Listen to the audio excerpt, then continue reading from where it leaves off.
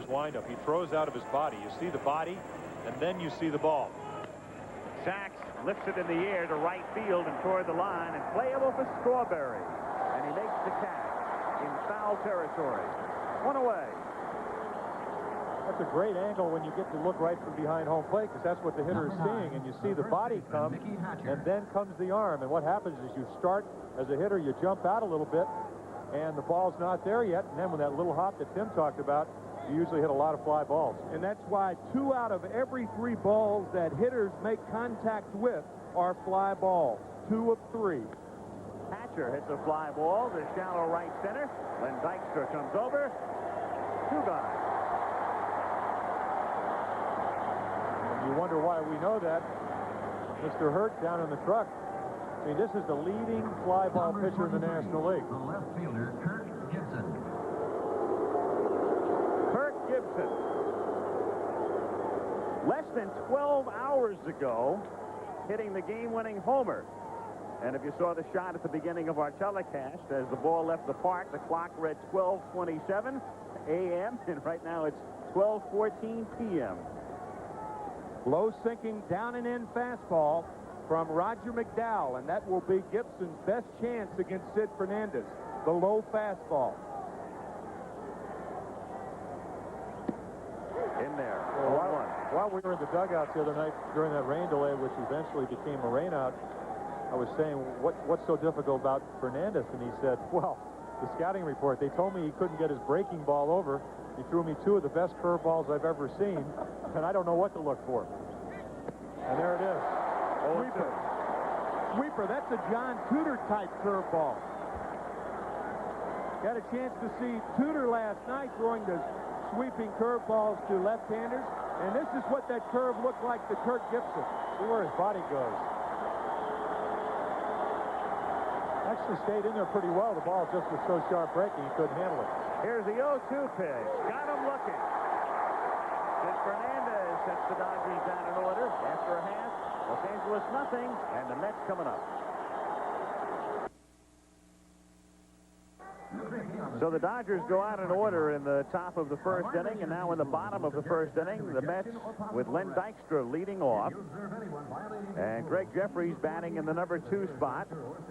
The switch-hitting third baseman, Keith Hernandez. At first, Darryl Strawberry with that booming homer last night as the cleanup hitter. Kevin McReynolds also homered last night, batting 5th. Gary Carter in the 6th spot, and they switch him with Howard Johnson, who drops to 7th. Wally Backman batting 8th, and Sid Fernandez the pitcher. Tim Belcher, the winner in Game 2 in L.A. on Wednesday, on the mound. And let's get the inside pitch on Belcher from Mike Schmidt. Tim Belcher's a very simple pitcher. He relies mainly on his 88 to 90, 91 mile-an-hour fastball. You wonder why a guy that doesn't throw 95 can get as many strikeouts and be as effective with fastball. It's because it's so deceptive. He releases it from way down low, and it rises as it comes to home plate. He throws an occasional slider to right-handed hitters, very few breaking balls, if any, to left-handed hitters. He lives specifically with the fastball. Good hitter, good fielder, and very tough to run on. And that's what he showed us in Los Angeles, but he showed us a lot of curveballs. Said he'd only used it early, but he said that was the best curveball I've ever had. He said, I expect them to look for it, and I really feel that over the course of a season, the slider's my better pitch. So he's already anticipating maybe going to that more than he did his curveball. And that's what's great about pitching. If you have a lot of options, it makes it more difficult to hit off of you. Defensively, the outfield, Gibson, Shelby, and Marshall. And the infield, Hamilton at third, Griffin at short, Sachs at second, Hatcher at first, Rick Dempsey getting the start behind the plate. And Tim Belcher, because of the rain out on Friday, gets the extra day's rest. Instead of working on 3 days rest, he works on 4, and here's Dykstra. And that's the perfect routine that he'd like. Then he leads off by hitting one to right field. Marshall is there, fades on it, and makes the catch. 1 pitch, 1 away, and Greg Jeffries coming up. The umpires today, working back of the plate is Bob Davidson. Paul Runge is umpiring at first. Harry Wendelstadt, wishing his mother a very happy 70th birthday, is at second. John McSherry at third, Joe West down the line in left, and Dutch Renner down the line in right. Greg Jeffries, who last night could not lay down bunts in his last 2 at-bats, and that incurred the wrath of the Shea Stadium crowd.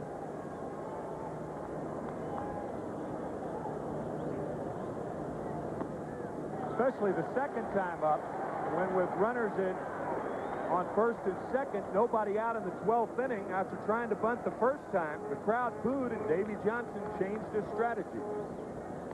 That's fouled back, and the count 2-1. Of course, he also talked about it in one of the day's papers, saying, you know, when you're minor league player of the year and you hit 360 each year, you probably don't bunt a lot. But again, that's a point we've been making throughout this series. You don't ask a player to do something that he can't do well. And if you do, sometimes you got to suffer the consequences. We saw those consequences last night. Lack of execution.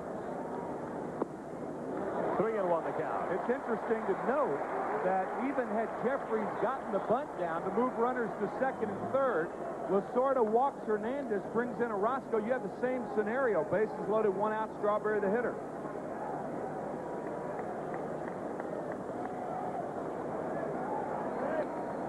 Three-one pitch in there, and the count 3-2. It's so interesting. You talked about what a great managerial job Tommy Lasorda did, but he tried to keep Orozco out of the game until he had to, and then he came in and did the job anyway. Jeffries, it's a chopper to Sachs at second, and Steve throws him out, and it will bring up Keith Hernandez, who is 6 for 14 in this series.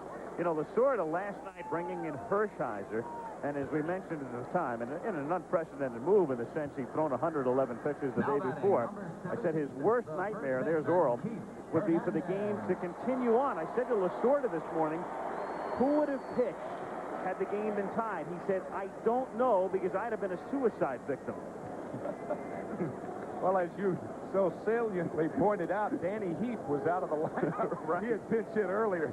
And then Joe Ferguson was telling me before that Jose Gonzalez could pitch in a pinch. 1-0.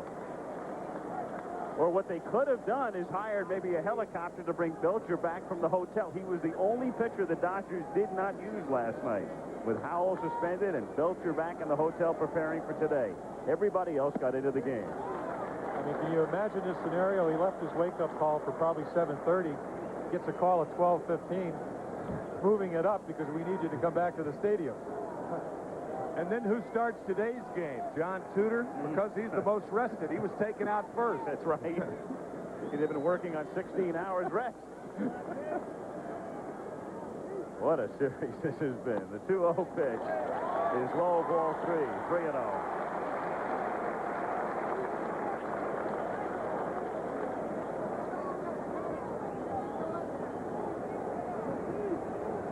'21 of their 23 last night because the 24th Howell suspended. Hernandez takes a strike, and the count 3-1. Also, 10 pitchers used in that last night's ball game. Ties the National League Championship Series record.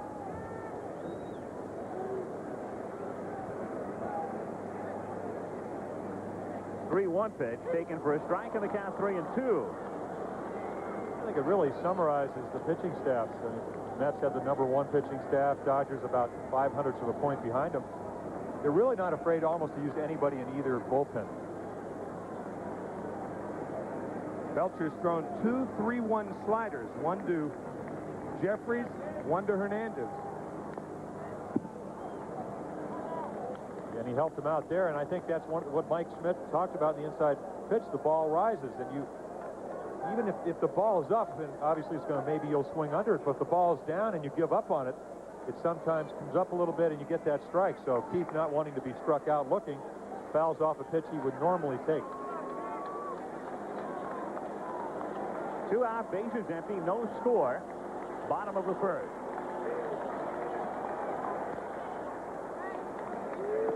Both teams fly out after the game. Game 6 in Dodger Stadium tomorrow night. Tim Leary for the Dodgers, David Cohn for the Mets.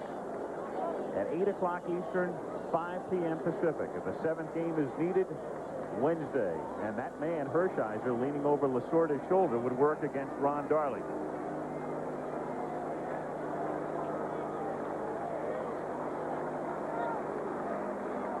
3-2 pitch, got him looking, and Hernandez can't believe it.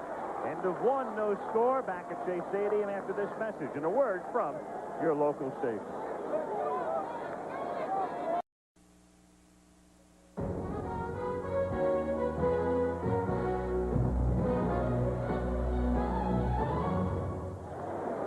Usually when a pitcher possesses a slider, it's better to throw that as opposed to the curveball, because that's the pitch they get over better. But was it a strike?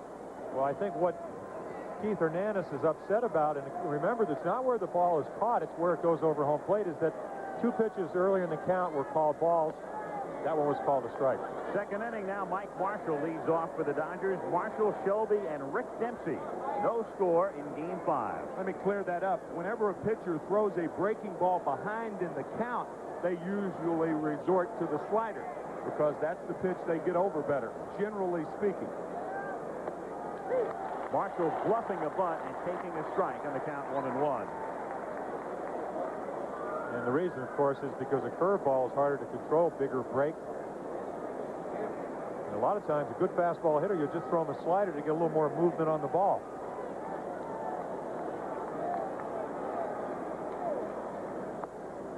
Two and one.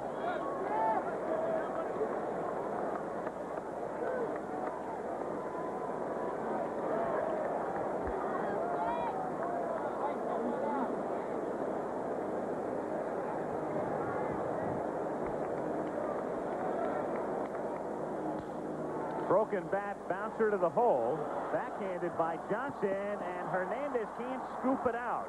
So Marshall is safe at first base. Leadoff man on for the Dodgers here in the second inning. A broken bat bouncer to the left side. This is an early day game after a late night game throw from Johnson.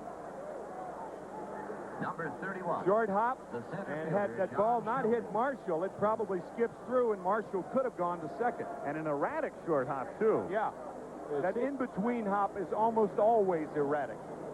As Davey has said, this is his offensive lineup. Elster, the normal shortstop who plays shortstop much more, is not playing. Hojo did not set himself. Marshall doesn't run that well. I think that had something to do with a bad throw. Johnson charged with an error as Shelby takes the ball in the count 1-0. Joe Malfitano going through the signs at third. Marshall reading them as he takes his lead at first. 1-0 on Shelby.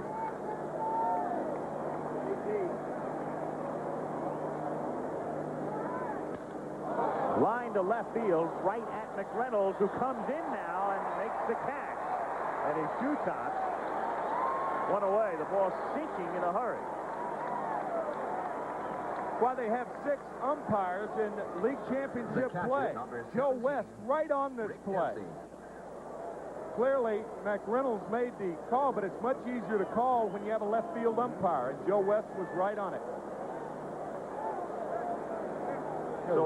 The same things that apply to an outfielder where you run on your toes apply to an umpire. And if you don't have the extra umpires, the third base umpire has to run out there. If he runs on his heels, he may not have called that play right.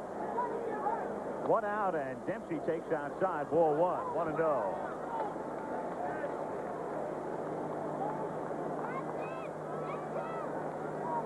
Rick wound up catching last night. He was in at the end of the game. In fact, he came up to pinch hit for Socha after Mike had tied the game with his 9th inning home run. Marshall goes on the hit and run, and it's popped up. And Jeffries looks up into the high sky and makes the catch in foul territory, and that ball almost came loose. 2 down. Marshall still at first, and it will bring up Hamilton. Jeffries approaching this ball like Alan Arkin would and wait until dark. Remember he catches it in foul territory, but I'll tell you, the October sun, in some respects, this early in the day, a lot tougher than we saw the game in Los Angeles the other day. The 5 o'clock sun didn't upset Strawberry in right field, or Mike Marshall for that matter, but that could come into play today. Well, baseball tradition, you remember how they said the shadows in Yankee Stadium. Sure. When were they the toughest? World Series time in October. Of course, the Yankees always played in the World Series, which compounded the problem. Wouldn't have mattered if they weren't there. Hamilton at the plate.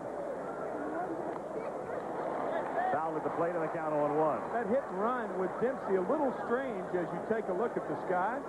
Here's the high sky here at Shea. But it's a little strange considering the fact that Fernandez throws so many fly balls.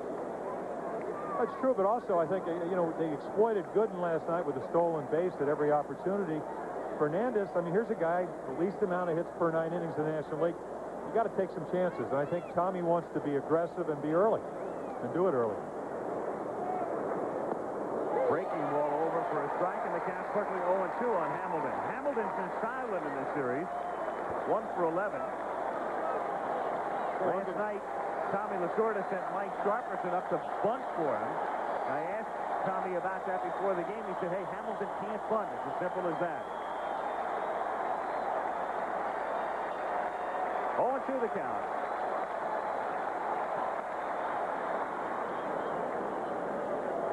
You want to talk a little more about Sid Fernandez. His two weaknesses are basically holding runners on and fielding. Not a very good fielder. He's tried to work on a little quicker delivery. I don't know how it'll affect his stuff at all.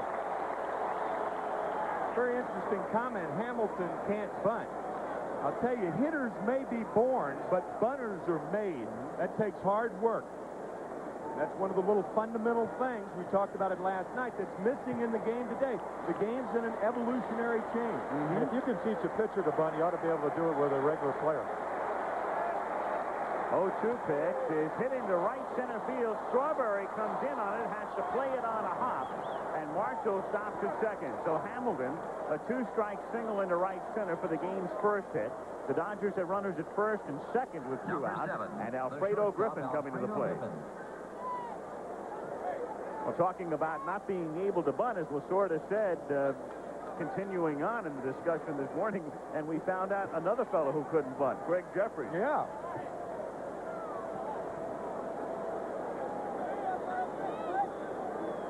And it's an interesting thought because every time you bunt as an everyday player, you usually bring the infield in, and it makes it easier to hit the ball by somebody. It's a lost art, and I don't know why. Alfredo Griffin takes a strike, and the count is 0-1. Again, Griffin breaking his right hand on a Dwight Gooden fastball in May, and it affects him in particular from the right side as a right-handed batter. As a right-handed hitter this year, he hit 167. And he fouls it away, and the count is 0-2. Maybe one of the reasons is that the work ethic towards bunting is considerably less now, because bunting, I mean, how many long-term contracts are given out to good bunters? There's no incentive there. Marshall at second. Hamilton at first, and 0-2 the count.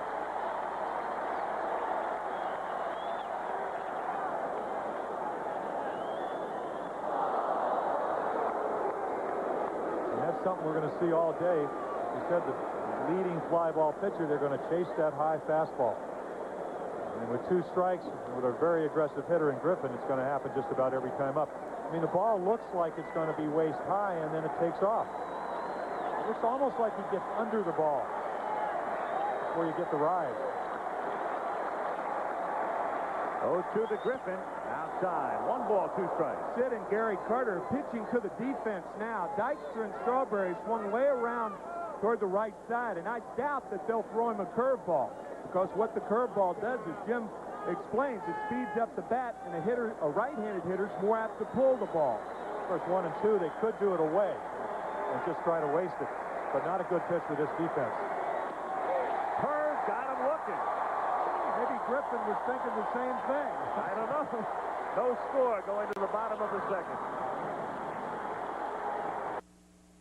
Ladies and gentlemen. So the first run of the game is squelched when Alfredo Griffin strikes out on a curve to end the second inning with 2 men aboard. And Tim talked, he didn't think he'd throw him a curveball, but with a 1 and 2 count, it's one of the luxuries you have. I'm sure he tried to throw it on the outside part of the plate, maybe get him to swing at it, and he froze him. He didn't even get a chance to swing.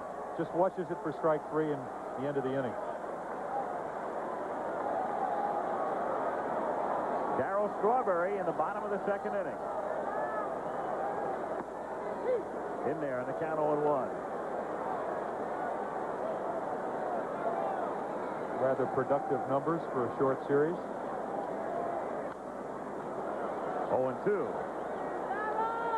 6 RBIs, too short. 6 RBIs during the league championship series, too short of Dusty Baker and Gary Matthews. Those were both done in 4-game series, however. Fly ball to right center. Marshall. 1 out, and it's tough. It's very, very tough, and you can see that. Marshall looking up, and then looking away just as the ball reached his glove. No glasses either. Boy, you know, it's interesting. This is normally the time you take batting practice. And I don't know of any outfielders that wear sunglasses at batting practice time. So one of the, not inequities, but one of the difficulties of playing at this time is they usually don't play. They don't really know what the sun's like. Or if they do, they don't know what it's like with sunglasses.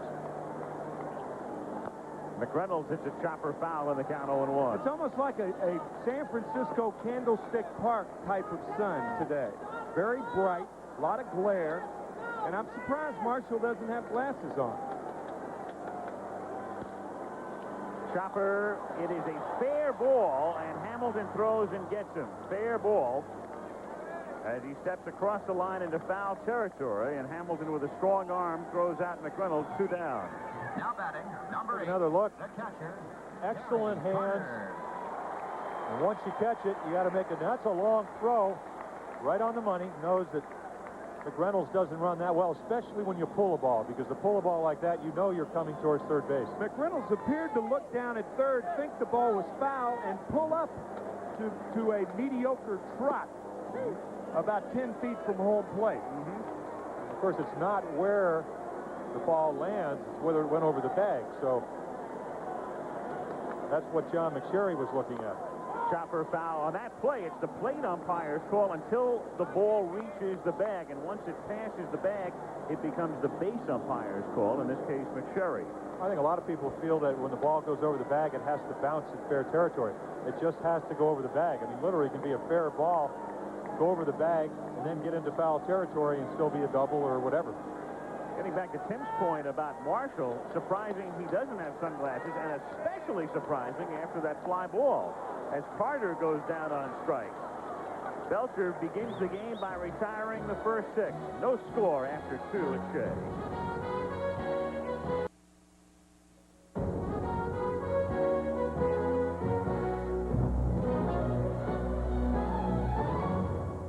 Pitcher, Tim Belcher. We surmise the conversation went like this. John Shelby says, "You think you need glasses, Mike?" Mike says, "Yeah, okay." Yeah. I think so. Maybe. Yeah.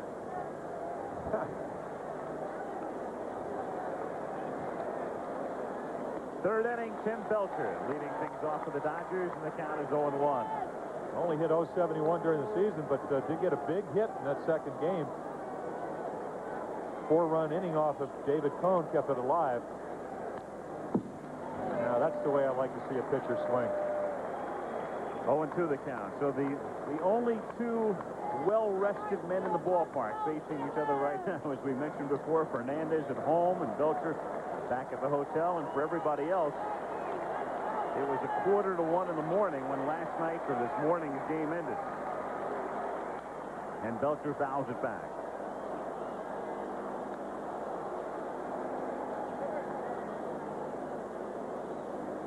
Belcher 1 for 4 in game 2, and was that a big one?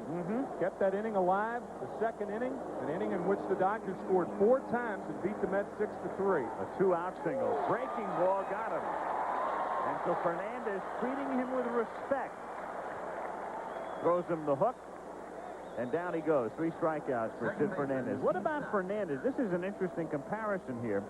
All-time leaders, fewest hits per 9 innings. Herb Score, of course, and the minimum is 800 innings. Herb Score, who had his career tragically shortened by the line drive off the bat of Gil McDougall, a little less than 6.5. Ryan, of course, and then there's Fernandez, fouled away. So he has that type of talent, that type of stuff anyway. It's usually a walk or a balk, a lack of concentration. You heard Mike Schmidt say that's the best way to get him. And if he could zero in on his concentration, he'd be one of the biggest winners in the major leagues. That was from our inside pitch. foul away. And also the Mets would like to see him lose a few pounds, well, too. that's the conditioning factor. He had some shoulder problems last year, but he also had knee problems. A lot of people feel that some of those knee problems are from the fact that he's been known to go on a road trip and enjoy himself.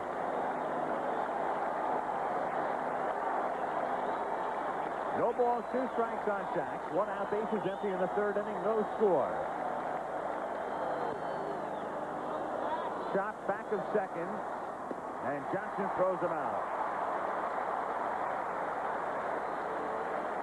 2 down here in the 3rd inning. And Mickey Hatcher coming to the plate. Jim Cott was one talking about some of the really important factors in pitching, the stuff, you know, and Fernandez certainly has that. An overpowering fastball, has great movement, a good curveball, but also deception. He has that. Location.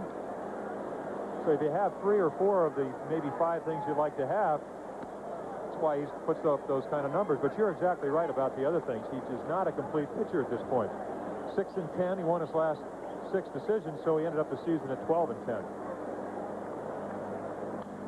Hatcher fouls it off, and the count 1 ball and 1 strike. That's a great shot and gives you an idea of how Fernandez ducks under the ball. He's actually under the ball when he throws it, and that causes that pop and that high riding action.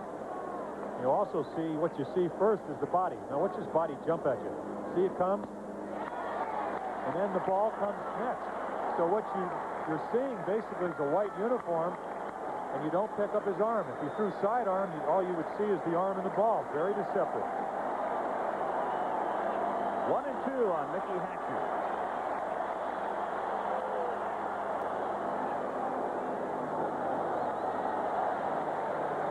And I'll tell you what, I mean, if he can stay ahead of the hitters, which he's been able to do, I mean, you're looking at a guy that's capable of 12, 14 strikeouts.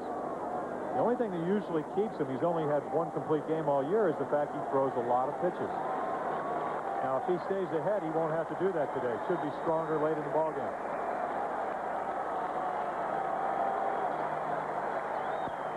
Hatcher pops it up.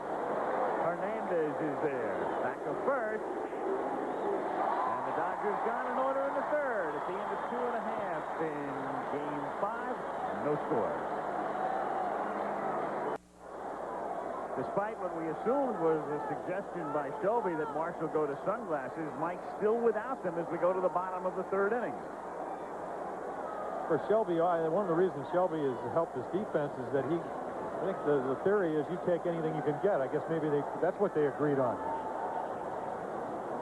Howard Johnson takes a strike. Johnson up there and around the bunt, and he'll do anything to get on because, as you see, 0 for 21 in his postseason career, including 0 for 13 in this series.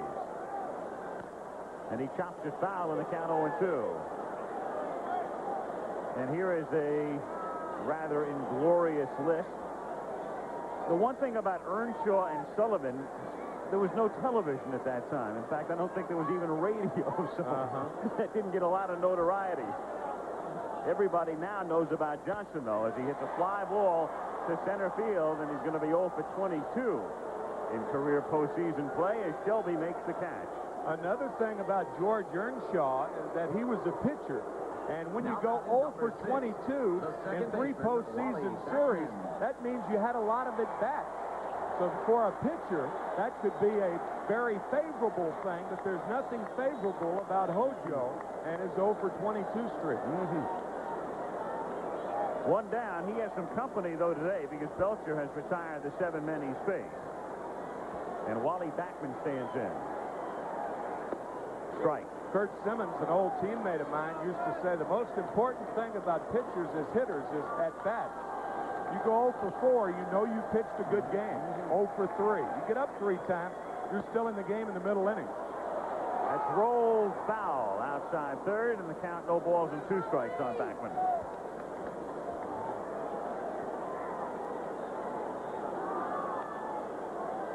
What you were talked about earlier, before the ball gets to the bag, it's the home plate umpire's decision. You can see him waving his arm in the bottom of the picture right there. Bob Davison making the call. The Cherry saying the ball is out of play, which means it's a foul ball. Both of them doing their job. 0-2 pitch, got him. Breaking ball in on the hands, and that's 8 straight set down by Belcher, and he has struck out 3, so 2 down here in the 3rd inning. And Sid Fernandez coming up. He's actually pitching better than he did in Los Angeles, and this looks like a curveball that Wally doesn't get. So what he did, he knows the weakness. Backman's a better fastball hitter, throws him a curveball, and he swung right through it. Fernandez, a good hitting pitcher, this year hitting .250, and only one other pitcher in the National League with at least 50 at-bats had a higher average, and that was Tim Leary of the Dodgers, who'll start tomorrow night's game in L.A. Breaking ball, hit toward the gap in left center field. Shelby on the run, backhanded catch. Great play by John. So Shelby, who ended last night's game with a tying and winning runs on base with a running catch, ends the 3rd. Going to the gap in left center. No score after 3. The National League Championship Series. Brought to you by Bud Light. Everything else is just a light. In New York, Al Michaels, Jim Palmer, Tim McCarver. Game 5 of the National League Championship Series. The series even at 2 games apiece. And scoreless as we go to the 4th inning. Kirk Gibson starts by hitting one into left field, and McReynolds comes up to make the catch. 1 gone. Back to the bottom of the 3rd now, and a great catch by Shelby. Well, Al talked about what a good hitter Fernandez is, and he makes contact, probably the best contact all day off Tim Belcher. And then John Shelby takes over. Now, the only reason he made this play, number one, he's an outstanding outfielder. He's playing him to the right side of second base, where you think he's going to hit it, and then makes an excellent diving catch. Ball slicing away. Unofficially, that is breaks the playoff record. He had gone, Mickey Hatcher, that is, had gone the most playoff innings standing up. This is the first time we think, this is unofficial, the first time that Mickey Hatcher has sat down during the playoff series. Put the watch on him. 0-1 the count on Mike Marshall with 1 out in the 4th inning. Breaking pitch over, and the count 0-2.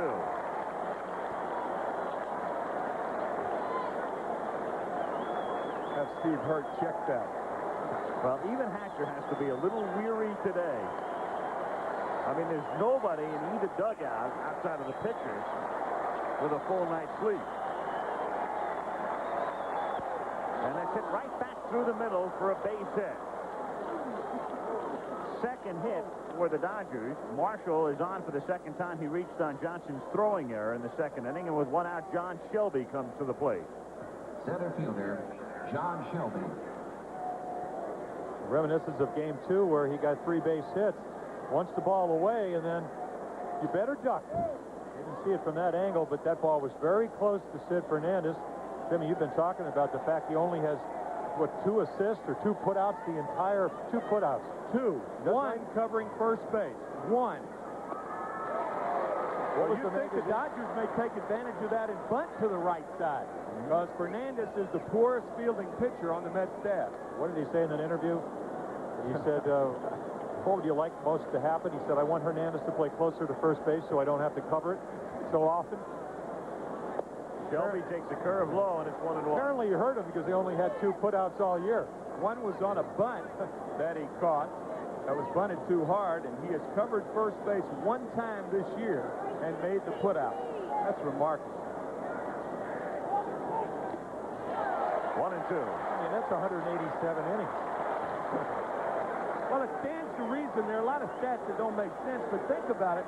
Most right-handed hitters hit against Fernandez, and as we said earlier, most of them either strike out or put the ball in play in the air. So he doesn't really have a chance on too many grounders to the right side.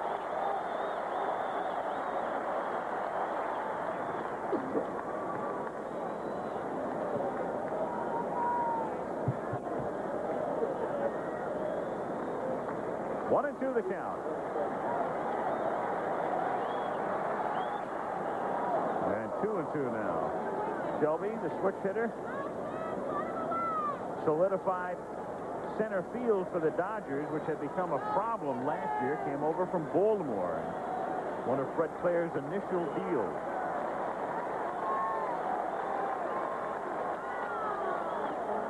And inside, ball all three. I think even Shelby might have thought he had struck out. He got a big break from Davidson there. Again, it's not where the ball ends up, but did this go over the plate? Now, that ball looks like it's caught inside, but the angle, it looked like it might have had the plate. Could have been. 3-2. We'll see if Marshall goes. He doesn't, and a breaking pitch is inside for ball 4.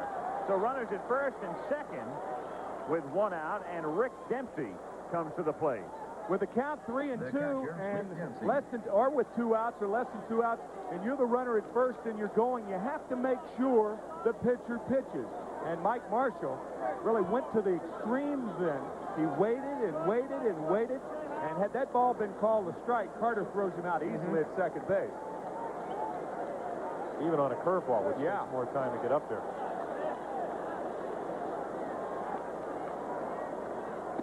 Dempsey looks at a strike, 0-1.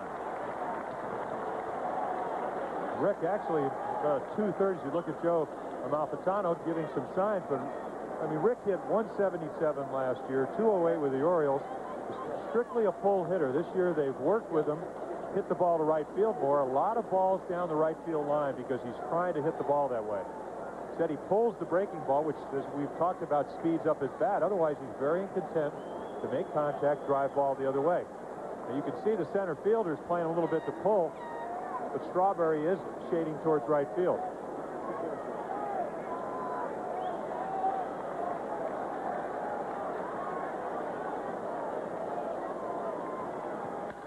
Ripped down the line in left field, fair ball, and bouncing into the corner. Marshall comes in to score. Amalfitano waving Shelby in. He scores on a 2-run double by Dempsey. 2-0 Dodgers. So Rick Dempsey catching today because of the lefty Fernandez on the mound, sending Sosa to the bench, delivers here in the 4th.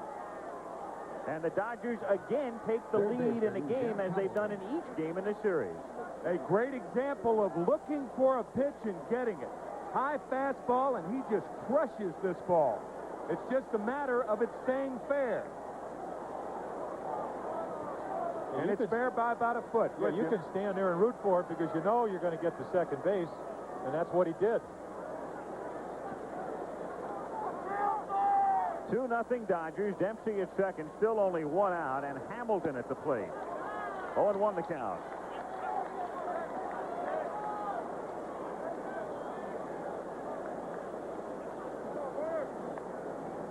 Hamilton 2 for 12 in the playoffs.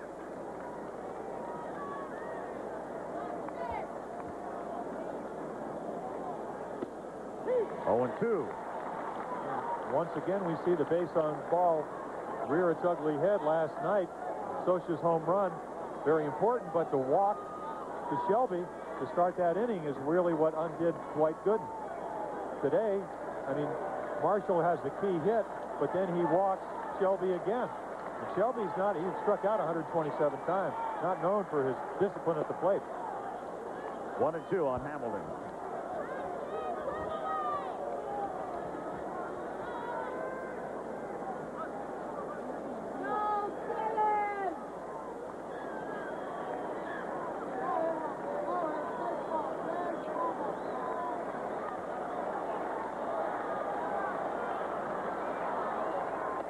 Off speed away, and a count 2 balls and 2 strikes.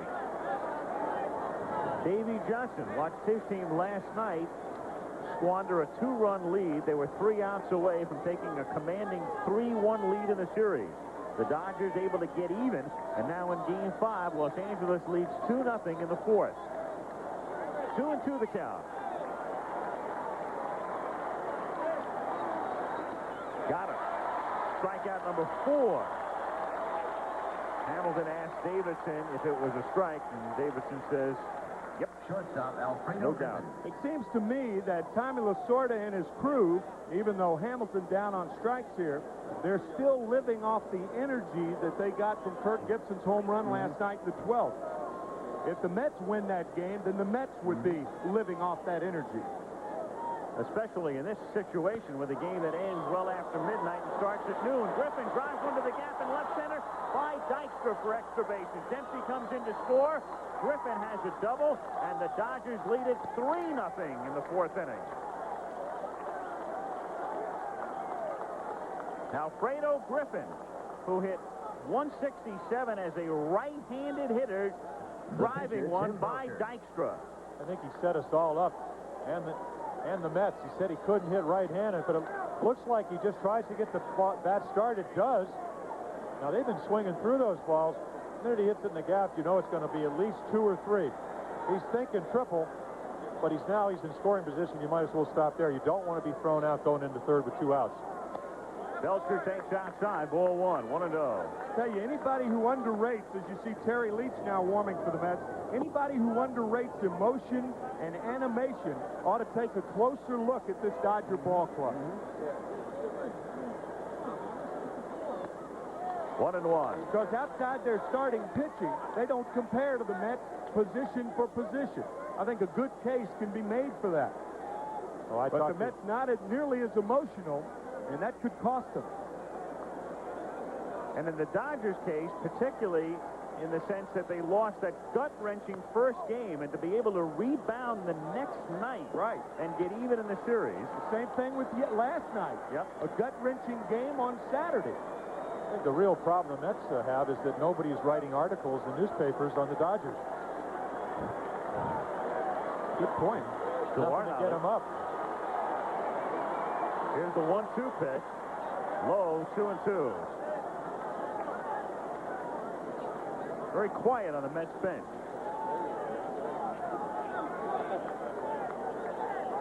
You have to wonder, of course, Fernandez is, again, with that 9-day off day, not an excuse, but when you're strong, your ball's a little bit straighter. You don't have that good movement on it.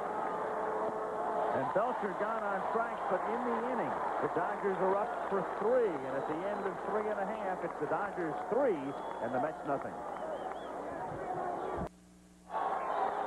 Rick Dempsey will settle in back of the plate after his 2-run double in the top of the fourth, formed the centerpiece of a 3-run Dodger rally as we go to the bottom of the fourth inning, 3-0 Los Angeles. I'll tell you, Al, Tommy Lasorda told me that when the Dodgers released Alex Trevino, that they had to eat the majority of his $300,000 contract. And they made that decision based on Dempsey's spring performance. And that last hit he got may be worth a lot more than $300,000 to the Dodgers and to Dempsey. And we talked the other night about the fact that Dempsey has been helping Belcher. The two of them live in the same community, Agoura Hills, and drive in together often to the ballpark. So another dividend being paid in that respect, too. Belcher starts this game by retiring the first 9 he's faced. Well, Demper's a tell it like it is type of guy. 2-0 pitch is high, ball 3. So it's 3-0 on Dykstra. Of course, the important thing here, if you're Tim Belcher, is that you want to continue the momentum. The way to do that is to try to come out, retire the Mets in order, or keeping them from scoring, and then let your team build on that 3 runs they scored in the last inning. Dykstra may be taking 2. He doesn't need to take 1. The Mets have their first base runner. After Belcher starts by retiring the first 9, he walks Dykstra on 4 pitches here in the bottom of the fourth inning, and Jeffries coming up.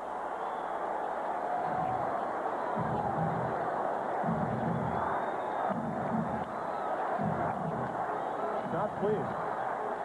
What happened also, and had a 5-0 lead in Los Angeles. He walked Jeffries, and then Hernandez hit a home run. So he's been in this position before. In there for a strike, and the count 0-1 on Jeffries.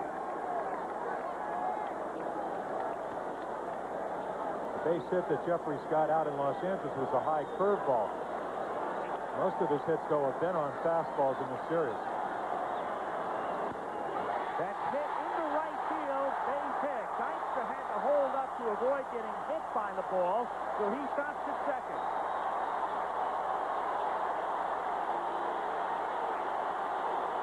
Lasorda begins to pace. Nothing's easy in this series. The Dodgers have had the lead in every game, but the Mets have rallied in every game. I'll tell you, the psychology of what follows after a walk is more important than the walk itself. We saw it last night in the 9th inning, the Scotia home run following a walk to Shelby. And now the Jeffrey single following 4 straight balls to Lynn Dykstra. It's not necessarily the walk, but it's what a pitcher may do after the walk and being too fat with his fastball. And that's what Belcher was then. And you could see how angry Belcher was with himself after he had walked Dykstra. And that's the first thing they always tell you. Never, ever walk the leadoff batter. And then you do it, and you're angry with yourself.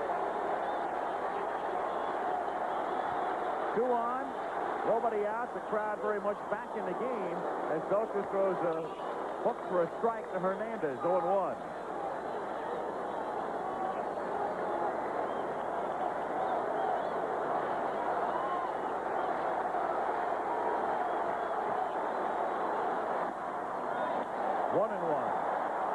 That looks like the first split-finger fastball that Belcher has thrown today. He struck Hernandez out on one in Los Angeles. Again, and that pitch just the bottom drops out of it, and really what happens is that it looks like a fastball, so if you establish your fastball, and he's done that, it's a very effective pitch.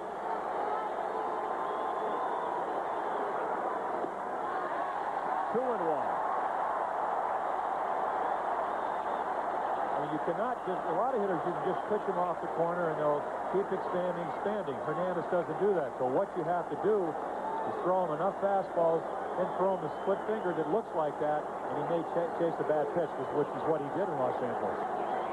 Nobody out, Dykstra at second, and Jeffries at first. 3-0 Dodgers in the 4th. And Hernandez hits it foul off to the left.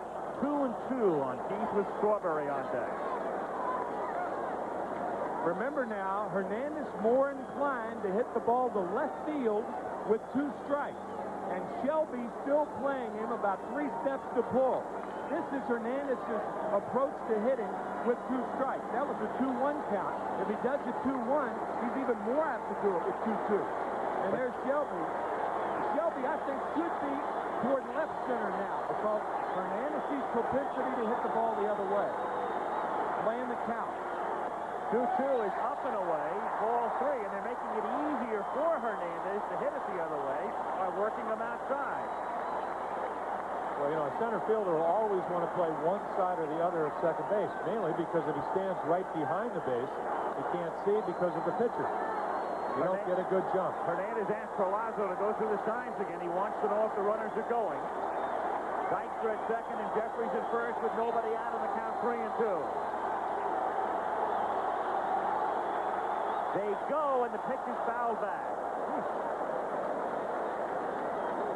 If you're asking yourself why he may do that, he may swing at a little bit closer pitch than he normally would do, mainly because he does not, in this situation, want to have a strikeout and a throwout. Now, Dykstra with 30 steals has excellent speed, but again, nobody out, 2 men on. You don't want to get that great a jump that you get doubled off.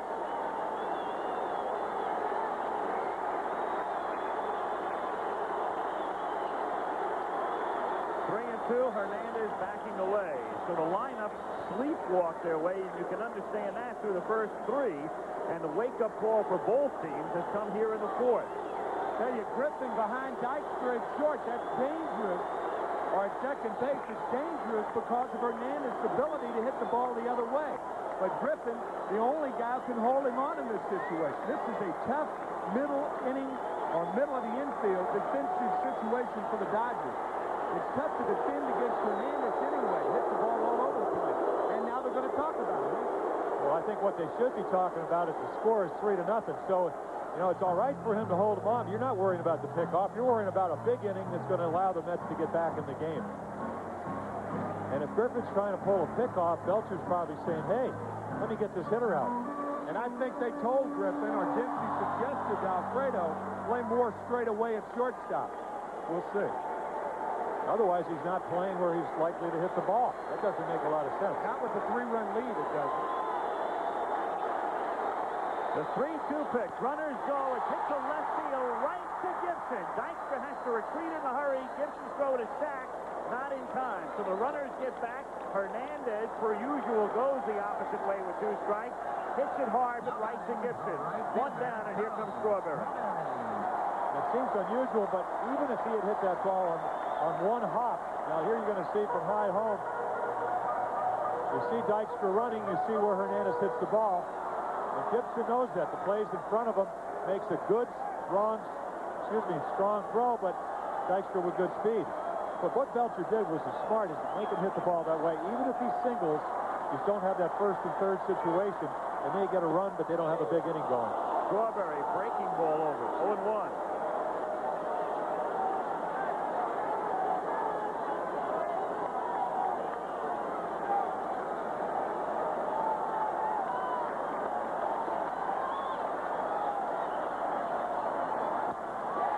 To center field to Shelby, who has to back up now, makes the catch. Dykstra tags at second, goes to third. Jeffrey stays at first. 2 down. Tell you, one of the strange quirks about the Mets offense, they led the league in runs scored for the 3rd year in a row, but they have a very difficult time economizing their outs and getting the most out of their outs. If Hernandez even moves Dykstra to third, they've got to run on the sacrifice fly by Strawberry. As it stands, 2 outfield outs, first and third, 2 outs. So the big inning, the 3-run homer for the modus operandi for the Mets than anything else. Earl Weaver style of play. Oh, it's wonderful when the guy hits the home run, but I mean, for 2 months they went this type of offense and struggled.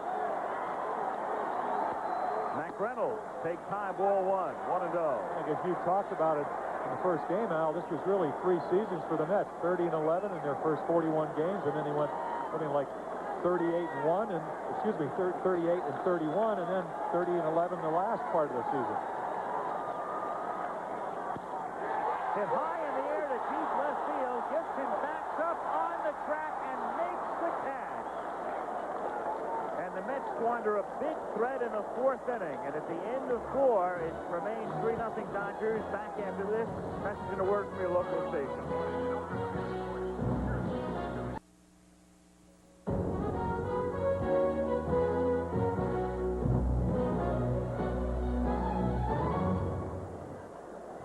Game 5 moves to the 5th inning. Dodgers on top 3-0. Series squared at 2 games apiece. Tim Belcher working his way out of a big jam in the 4th. And sort of with the 3 fingers, and I think what that meant is you got a 3-run lead. I tell you, he pitched very well because he did get Hernandez, and I agree with you 100%. Hernandez, of course, is not a pole hitter, so he's not going to advance runners. Hit the ball well, but right at him. But he made him hit the ball that way. Threw the ball away, and he didn't give him a choice to pull the ball. Sachs leading off in the 5th inning, and the count 1-1. Sachs, Hatcher, and Gibson.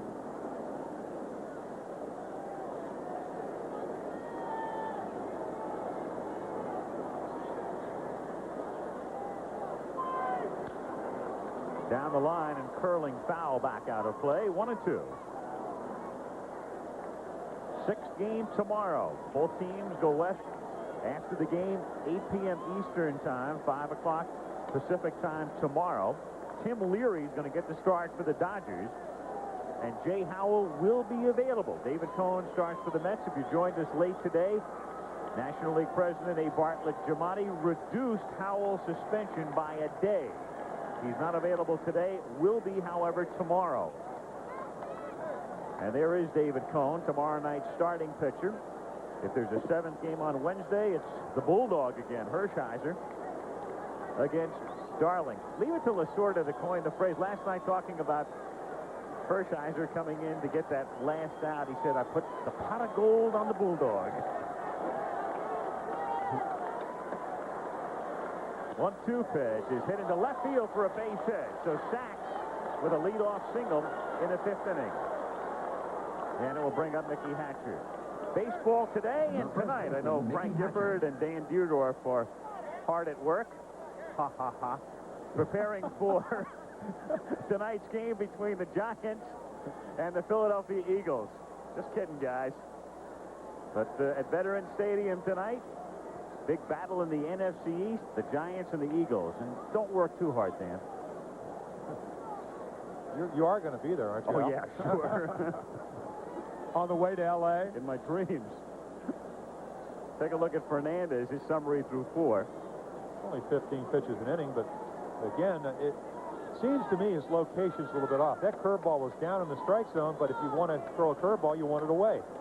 He got it down and in, and Sachs hit it into left field for a base hit. Hatcher fouls it off, and the count is 0-1. I think the hit and run was on then. Hatcher swung, the ball went to right field, and he looked at Sachs at first base for about 2 or 3 seconds. And Gary Carter and Sid Fernandez, here it is once again. Watch Hatcher trying to go the other way, and then he just stared at Steve Sachs. Outside on the count, 1-1. I'm going to say Fernandez and Carter in tandem this year have only thrown out 1 runner at second base. 1. 36 stolen bases against Fernandez in 42 tries. Sachs was 42 during the regular season. Hatcher takes up and away. 2 balls and 1 strike. And that was that little slide step that he tries. It allows him to get the ball to home plate a little bit quicker, but it does hurt his control. We saw it with Gooden last night. He tried it about maybe a half a dozen times. Almost every ball was high in the strike zone.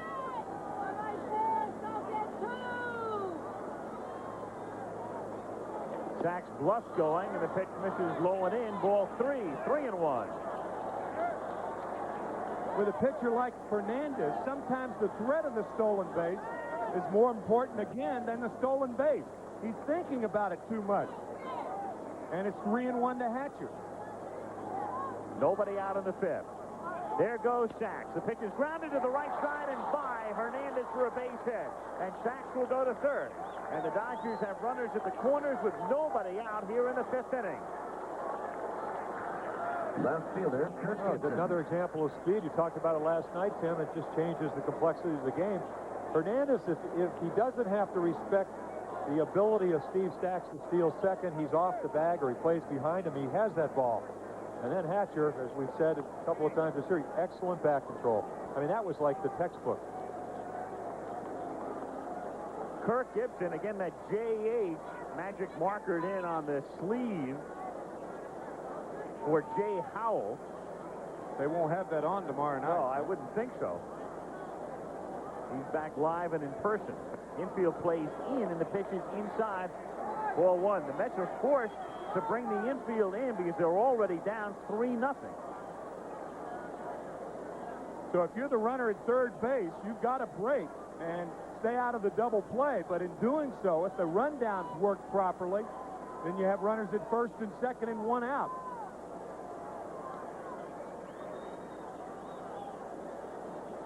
The next pitch, low, ball 2. If ever a pitcher is in need of a strikeout, it's in this particular situation. If you can get that 1 out, then you can play your infield at double play depth from Marshall. Of course, the way to do that is to get ahead of the hitter, and Sid is now 2-0 on Kirk Gibson. So, and, you know, another thing you're thinking about, you know you're out of the ball game. I mean, you're going to be taking an early shower. The 2-0 pitch, he fights it off and fouls it off his foot. It's a foul ball, and the count is 2-1.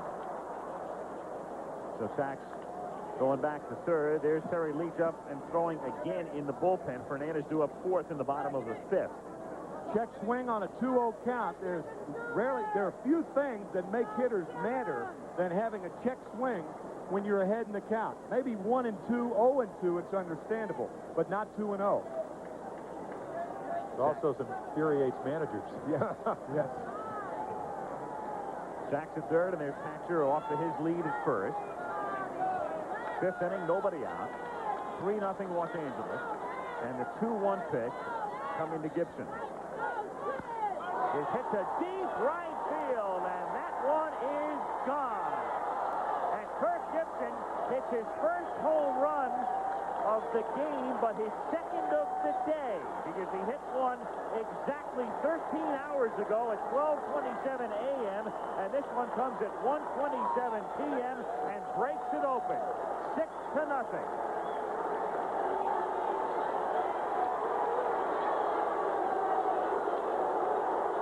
I'll tell you, you better watch shaking hands with Gibson right now. You'd get injured. Can't get injured doing that, though, hugging people. So he said during the All-Star game that he played with the A's, and he may play against them in the World Series with that forearm bash. That that whole team would be in surgery. Fernandez gone, Leach coming in. We'll be back.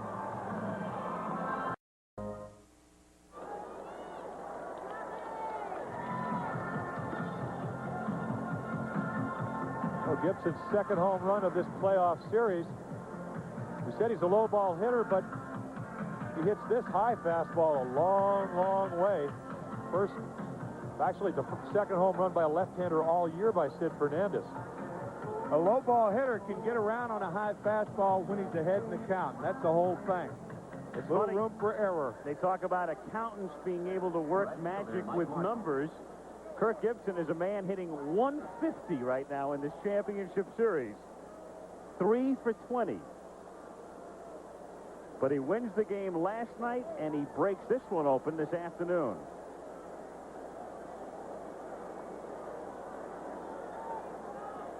So 6-0, and Terry Leach comes in and starts Marshall with a half-swing strike and the count 0-1.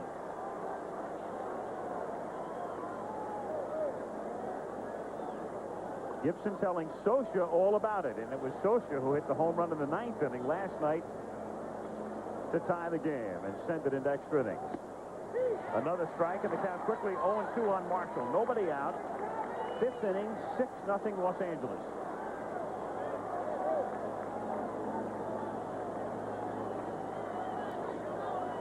Still riding on the emotion of last night. 1-2. Oh, it's interesting what you said earlier about on paper the Mets are a better team. When we had the rain delay, I mentioned to Socia that most people, the consensus was that was the fact. He said, yeah, but they don't ever underestimate our desire. Marshall gone, 1 out in the 5th inning. And John Shelby coming to the plate. So for Fernandez, 4+ innings, and he gives up 6 runs and 7 hits. Center fielder John Shelby. And his season, unless the Mets can win this, would be over. And I guess everybody at 7:32 Hawaii time maybe have switched channels, huh? That's what time it is right now in Sid's hometown, Honolulu. Saying that facetiously, of course, but Sid telling us an interesting thing before the game yesterday. It was his understanding there was a poll taken as to whether or not the game should be televised live to Hawaii or on tape delay. As Shelby fouls it away in the count 1-1. We're not certain as to the outcome of that decision. If it's on tape delay, though, they burn the tape. Sid, of course, a native Hawaiian.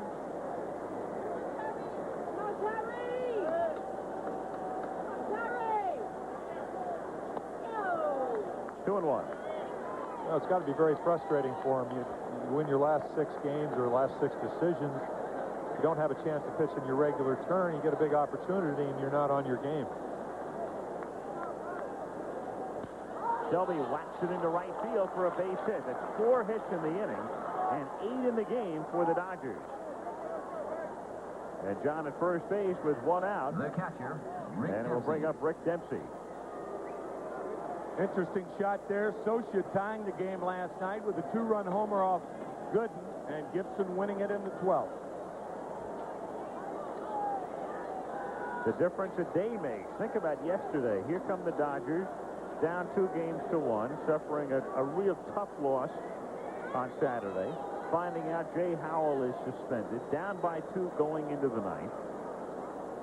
They win the game. They lead here 6-0. They're going home. They get Howell back tomorrow. From hell to heaven overnight. 0-1.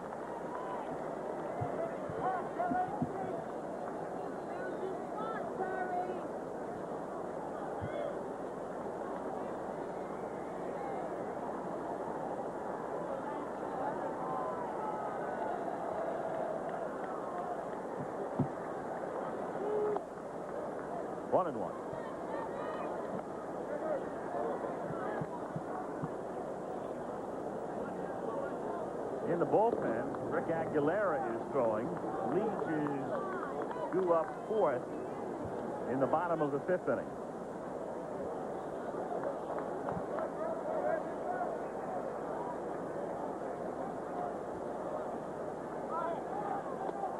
A strike in the count, 1-2. Shelby was going, but he slipped after 2 steps and decided to return to first. A wise move.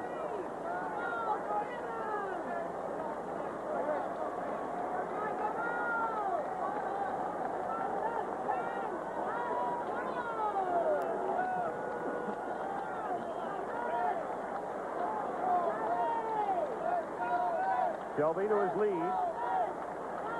1 out, 6-0 Dodgers in the 5th.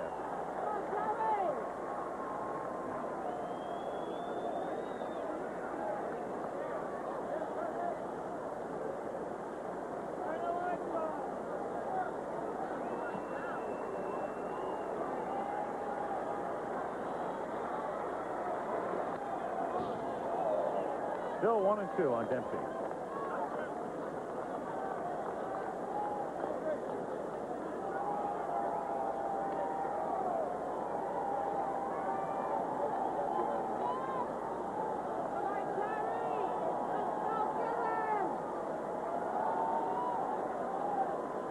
Patcher back up.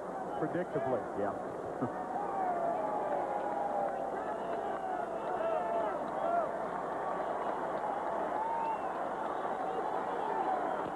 One-two is chopped by Lee, fielded on the run by Johnson, and he throws him out. Empty the second out of the inning. Shelby advances to second, and with 2 down, it'll bring Jeff Hamilton to the plate. Game scoreless through 3, then the Dodgers with 3 in the 4th, and 3 more here in the 5th on the Gibson homer. What makes this play difficult, you're on grass. You don't know if the ball is going to stay up, stay down. He gets it just before it hits the grass, and Hojo with a strong arm makes a nice play. It appears, Timmy, that his biggest problem as a shortstop is that he just hasn't been out there that much. Yeah. He sometimes makes throws without setting himself. Doesn't really have a lot of experience there. We saw it on the pop-up in Los Angeles. 0-1. Well, there's word that there are a lot of major league teams interested in Howard Johnson if the Mets do decide to make a trade this year as a shortstop, as an everyday shortstop. Regardless of an average, how many shortstops hit for his power?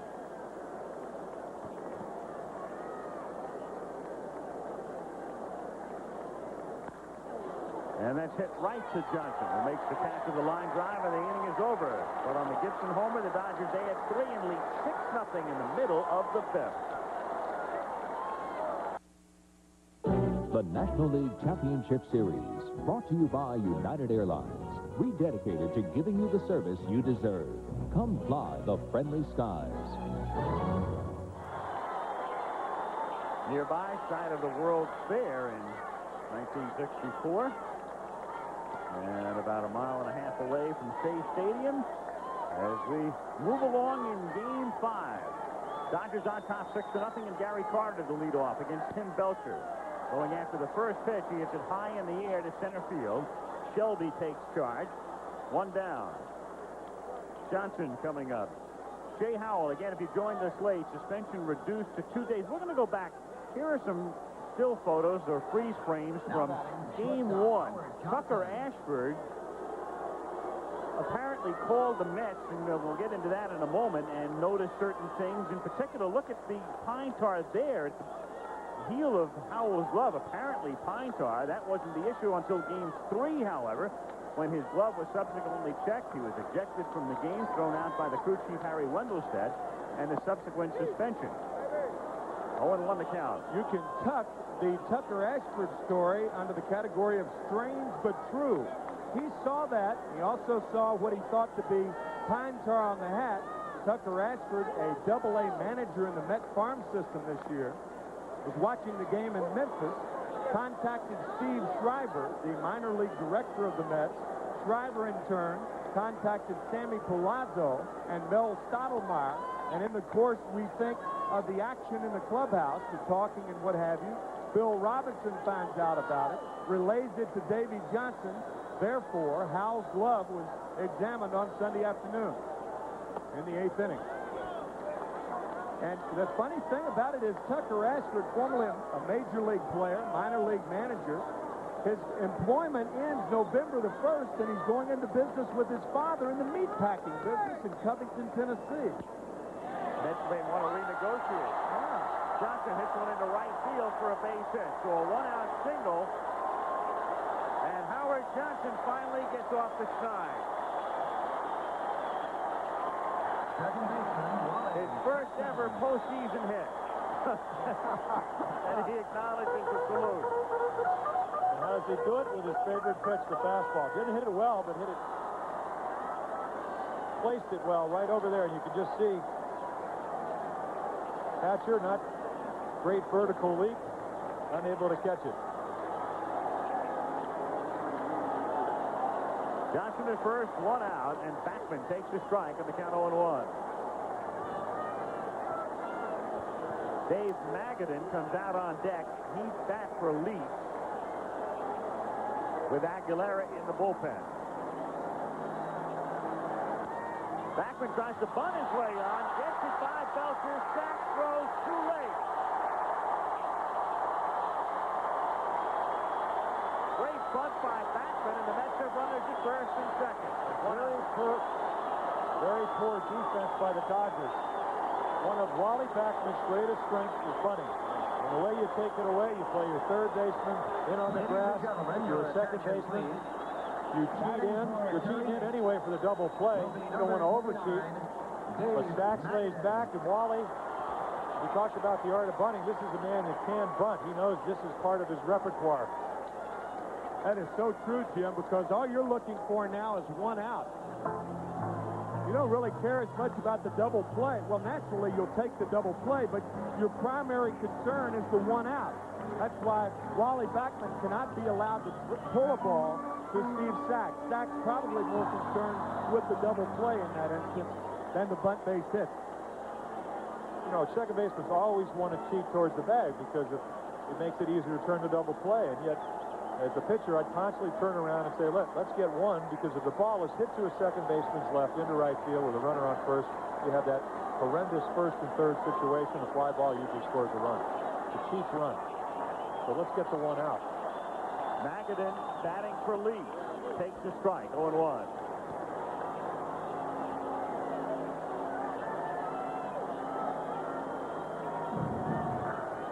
And the Dodger bullpen swings into action for the first time today. Rick Horton gets up. He's a left-hander. And Brian Holton is the right-hander. 1-1.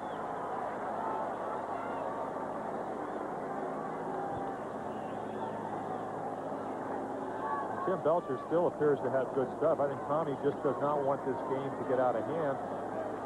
Get somebody up, tell him you throw easy, and you can get ready in maybe 10 or 15 pitches.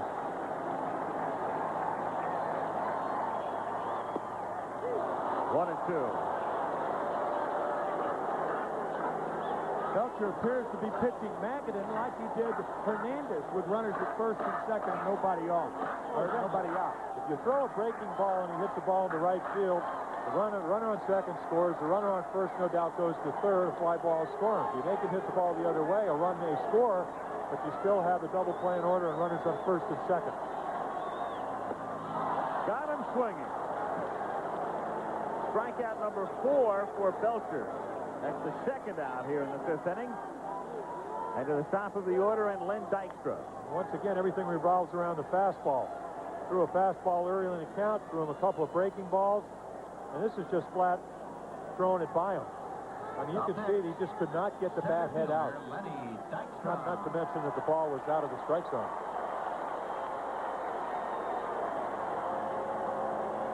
It appears that the only thing that's going to revive the Mets is something dramatic. A 3-run homer. They'll give up a lot. It's like that safety defense, the nickel defense. Teams, when they got a 6-run lead, they'll give you a lot of singles. Just like defensive backs will give you short passes. They don't want the bomb. And that's the same case with Belcher right here. Prevent defense is the word I was thinking.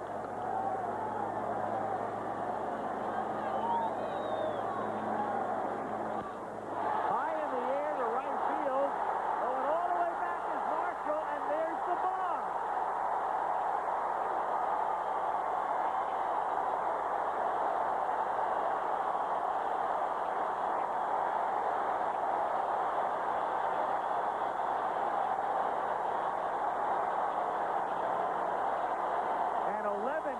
Belcher's back. Couldn't have kept that one in the park.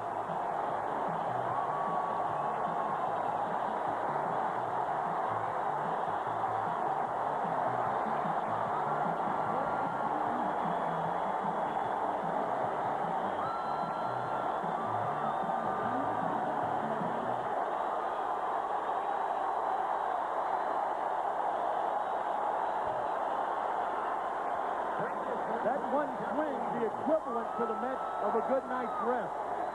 They're revived. Now the energy's back. And it comes off the bat of a man, as the graphic illustrated, who was 4 for 41 with 2 out and runners in scoring position during the regular year. Jeffries takes high, ball 1. Of course, he also talked himself into the lineup in game 2 because he said, I'm a high fastball hitter and I can hit Belcher. That's what he throws. He showed us right now. And the field now littered with confetti.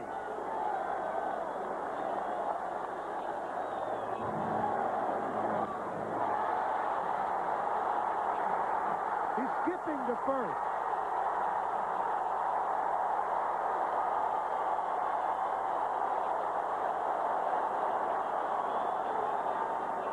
Back live, the 1-0 pitch is grounded to the right side. Hatcherfield flips to Belcher, and the inning is over, but the Mets get back into it on Dykstra's 3-run homer. 6-3 LA, end of 5. Unbelievable series. You just knew when it was 6-0, it was so far from over, and Dykstra puts the Mets right back in the game. It was so funny when Dykstra scored what he did to Howard Johnson, huh, Jim? Of course, Belcher's not happy there. As you said, what can hurt him is the bomb, and Dykstra bombed him. Tommy, if you can read lips, how can he throw him that high fastball? Well, he did get beat with his best pitch. And then the scene, look at this at home plate. Talk about an in-your-face 5. Yes. The high dome. Not the high 5, the high dome. I think what he basically said, it's about time you got on base, Howard, and then smashed him in the helmet. Quit while you're ahead. What Yeah. Oh, boy. So Dykstra back in center field as we go to the top of the 6th inning. Dodgers on top 6-3. Rick Aguilera out of the bullpen, the third Met pitcher of the day, and he works on Griffin, Belcher, and Sachs, the 8, 9, and 1 hitters in the 6th inning. Alfredo Griffin takes a strike. Griffin batting left-handed for the first time today. 1 for 2 batting right-handed against Fernandez. Aguilera making his second appearance in the playoff series. And Griffin tries to bunt his way on and runs into his own batted ball. And that's the second time we've seen that in this championship series. Griffin bunts fair and then runs into it, and he's out. That may be in the category of weird outs made. Most weird outs made in the championship series. Home plate umpire Bob Davidson called it. This appeared, if that ball was fair, it appeared to be more obvious than it was when Steve Sachs did it the other day. Well, I think the contention there was he was still in the batter's box. The ball definitely hit Sachs. Here, I don't think they think the ball hit Griffin. And if it did, was it in foul territory? Yep. Because if it's in foul territory, he's not out. Now Davidson's going to get help from Harry Wendelstedt. Wendelstedt, the second base umpire.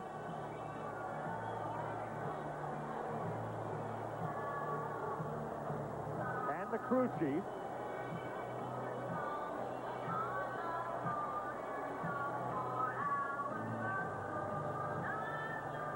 Of course, keeping in mind that the umpires don't have the chance to see a replay to make an instantaneous decision, and then they ask somebody else to see maybe they saw it a little bit better. And it was Paul Runge, the first base umpire, who finally gets involved in the discussion. Here it is.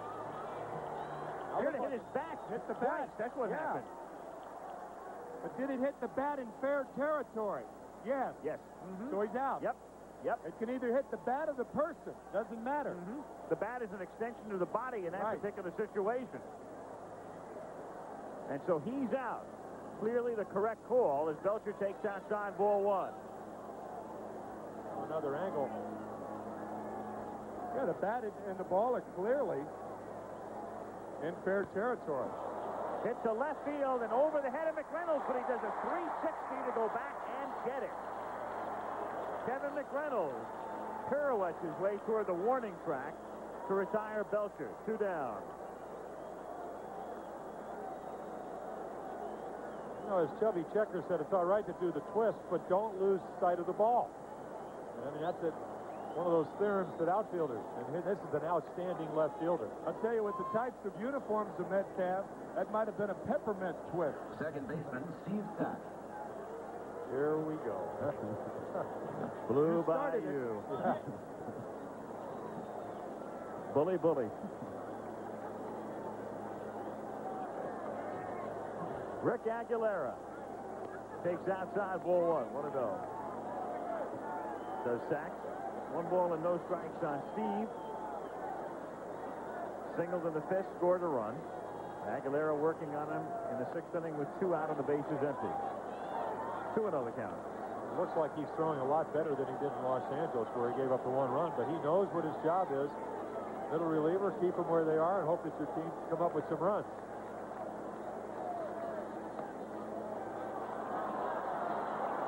Three and 0.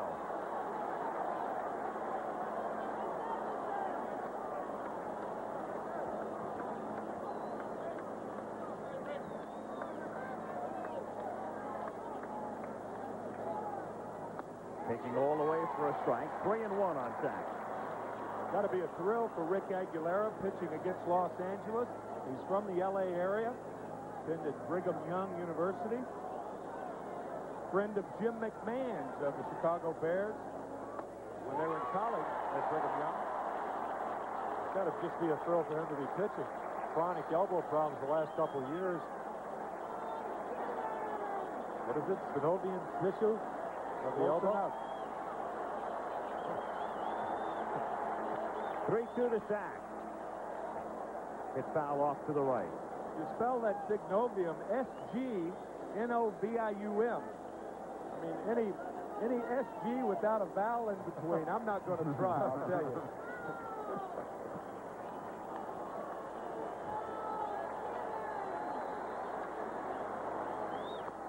Got him looking. So Aguilera goes 3-0, comes back to get him. And at the end of 5.5, it remains Dodgers 6. Mets 3. Back after this word from your local station. The National League Championship Series, brought to you by Stroh's and Stroh Light. Fire brewed for smooth, consistent taste. Stroh's is spoken here.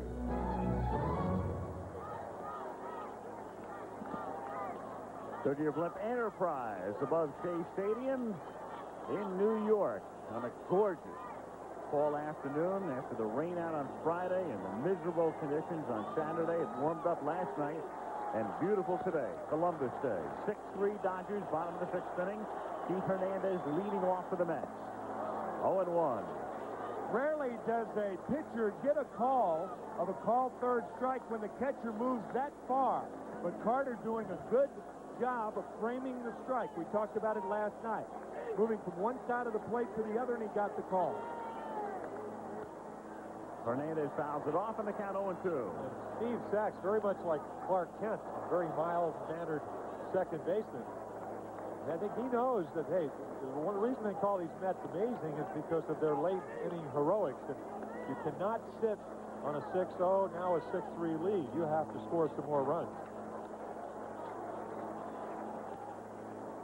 Out of play, still 0-2. 27 times this year, the Mets came back from the 7th inning on to win ball games. And again, keep in mind, the Dodgers still minus their ace reliever, Jay Howell. He can pitch tomorrow if he joins this late. The suspension reduced by a day. But right now, their closer would be Pena, and he worked 3 innings last night. A lot of pitches, too, in those 3 innings.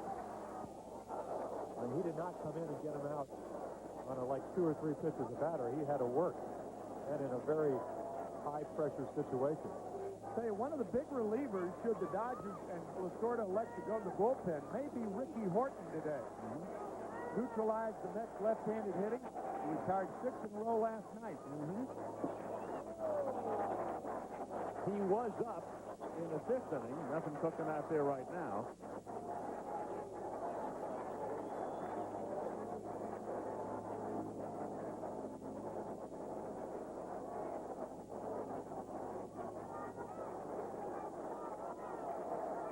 2 the count.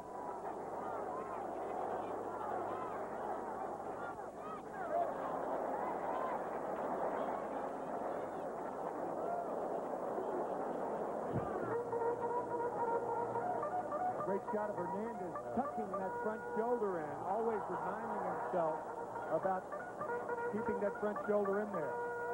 Every at bat for Keith is not a skirmish, it's a war. War and remembrance. Yes. Starting in November. 0-2 pitch is foul away again.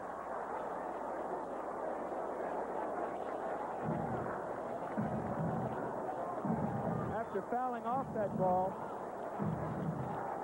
Hernandez tucking that front shoulder in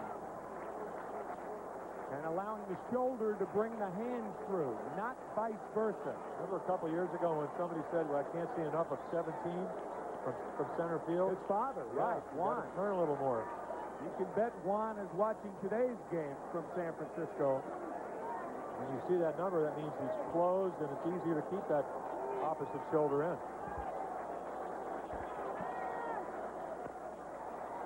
Chops to sack. And so Belcher wins the battle. 1 out. Hernandez gone here in the 6th inning.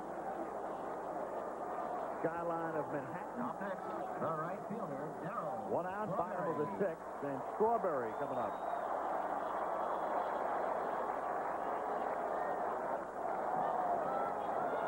Beautiful shot.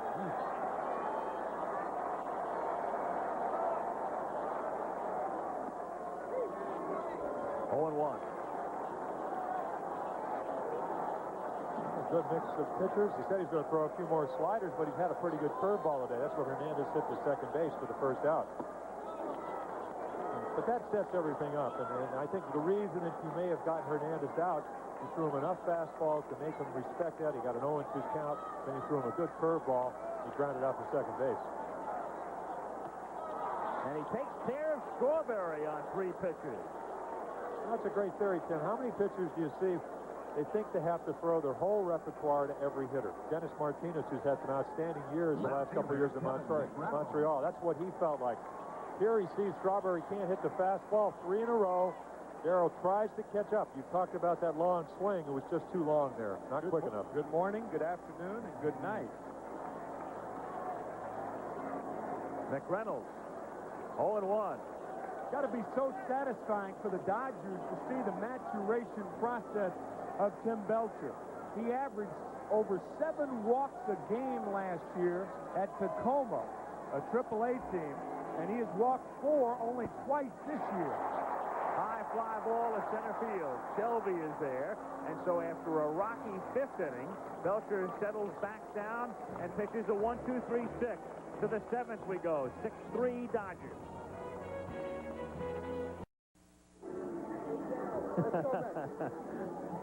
Dancing to the music at Shea. Interesting, there's been only 1 walk in this ball game. Until now. Yeah. 7th inning at Shea Stadium as we go to the Dodger bench for Franklin Stubbs, who will pinch hit for Mickey Hatcher. So Hatcher starts the game, goes 1 for 3. His single in the 5th inning preceded Gibson's home run. And now with the righty Aguilera on the mound for the Mets, Lasorda opts for Stubbs, the left-hand batting first baseman who will stay in the game. So Hatcher is done for the day, at least in the official sense. And I would think he'd put Woodson in for defense. Stubbs with 9 errors in his last 23 games. Of course, I'm not managing the ball club. Yeah, I know you use 2 players, but I mean, 6-3 lead, you need defense more than you need offense. Yep. Stubbs fouls it away, and the count 1-1. You just hate to use 2 players when you don't have to. If you put Woodson in for defense here in the 7th inning, which I'm not really arguing that point, but if you do put in, you use 2 players. I guess it's just where you're coming from. Do you prefer more offense, or do you want to keep your team defensively strong? Tommy may see what develops and then use Woodson for a guy, save Woodson for a guy like Randy Myers. He did that last night, and he singled off Myers in his first at bat. I would think he would leave Stubbs in the game in this particular situation. As you brought up so lucidly, Al, the Dodgers just don't have any defensive first baseman, a good defensive first baseman on their club. And Stubbs gone on strike, so Franklin becomes Aguilera's second strikeout victim. Rick comes out of the pen to retire the first 4 men he has faced, and that'll bring up Kirk Gibson. Kirk Gibson.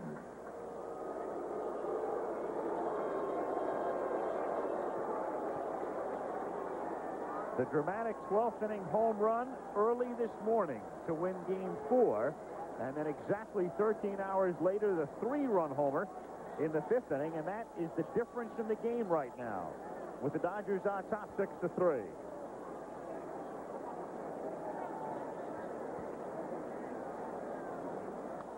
Strike, 0-1. Last night, or early this morning, if you prefer, off McDowell to make it 5-4, and then Hershiser out of the bullpen for the save.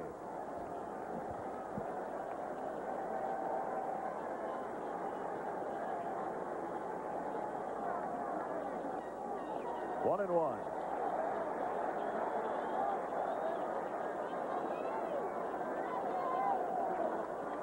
That ball is about 3 inches inside. Gives you an idea of what Gibson's approach is. Stand medium depth from the plate and go in. Dive in, yeah. Strong enough to still fight the ball off inside, even though that is his most vulnerable weakness. Line to center field. In comes Dykstra, and he makes the catch. 2 down, and Mike Marshall coming up, and there's LaGuardia Airport, hard by Shea Stadium. And fortunately, the planes are taking off the other way today. Very, very peaceful and serene here Well, today. it's the U.S. Open syndrome. You know, a couple of tickets here and there, and they don't fly over Shea Stadium. I'm only kidding. You better be. Marshall hits one in the air to left field. Going back is McReynolds, who misjudges the ball, and it bounces over the wall for a ground rule double. I think the sun played a major factor in that. He got his glasses down, and also the ball was crushed. High slider nailed to left field. I don't believe he did misjudge it in a sense that he couldn't really see how hard it's hit. Now, right there, he goes into cruise control, and the ball's just hit too hard for him to get to. You know, it's one of those plays, if you don't have the sun, he might have gone immediately to where the ball's coming down. Couldn't pick it up, and it's a double. It's interesting in sport how hooks denote strength. That ball was hooking, and golf it's the same way, and bowling. Fishing, I guess. Yeah, how long? But I mean, really, that ball was really smoked, and it had a little hook on it, and that's often how you can tell the velocity of a ball that's hit. A sailing fastball, the little hook, the little tail on the end. Well, you have to have good extension, good follow-through to hook that ball. Another definition, good bat speed, with the bat head out. 1-0 on Shelby. 1-1. This you can include boxing in that too. But here's what we're talking about with Marshall. That ball airborne has a little hook. McReynolds goes to his left, and that ball ends up going right over his head. And there's the hook. Almost everybody, when they hit a ball down the line, a right-hander, will hook it. But it's tough to do in left center. Yeah, right. For a right-handed hitter. Yeah. Shelby hooks one down the line. Well, you hooked me on that theory. 1 and 2.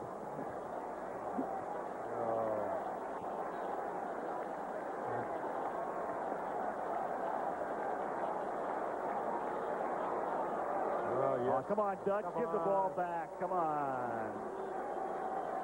All right. Well, you know, the rule is you can't throw a baseball into the stands, but you can hand off.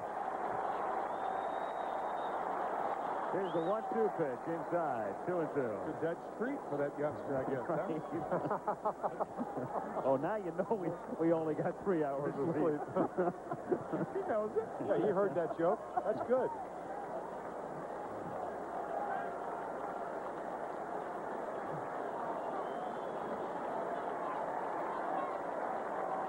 2-2 the count. Inside, ball 3, 3-2. American Airlines, flight 304, 727. Safe arrival from Pittsburgh. How do I know? I'm making this stuff up.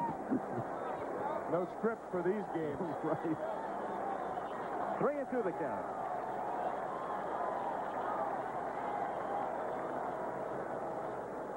And Carter wants to get together with Aguilera. Well, again, a very important run. You have a runner in scoring position. I mean, you do have a base open, and you have to make a decision. You make your pitch, and he's been trying to get him out with a split-finger fastball, or do you pitch to Dempsey? You want the righty versus the lefty, and Shelby, with one hit on the day, 1 for 2, you got to make a decision because every run is very important at this particular time, and you have an option. It's not like the bases are loaded, you can't pitch around a guy.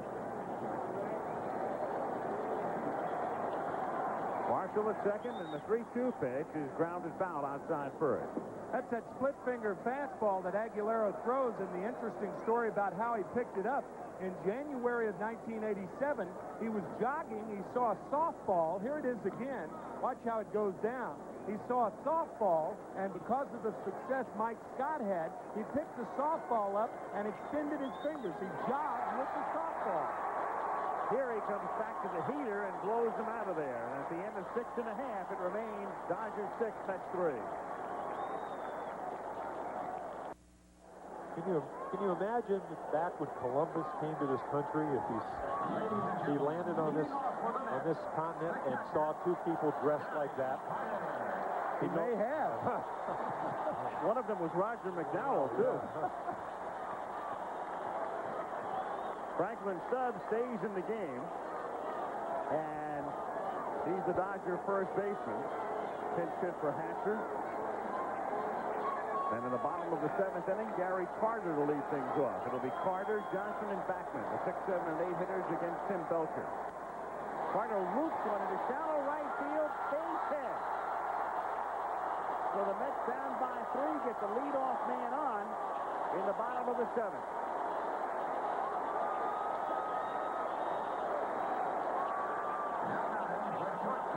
Davey Johnson goes to the red man, and Howard Johnson comes to the plate.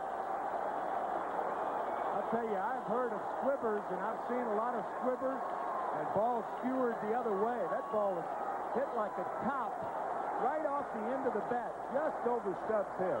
Great slider. I don't think Gary tried to hit it like that, but you can't do much else with that pitch, which is why he's struggling. He swings a lot of pitchers' pitch. Dodger bullpen swings into action. Rick Horton gets up, the left-hander. And Brian Holton, the right-hander.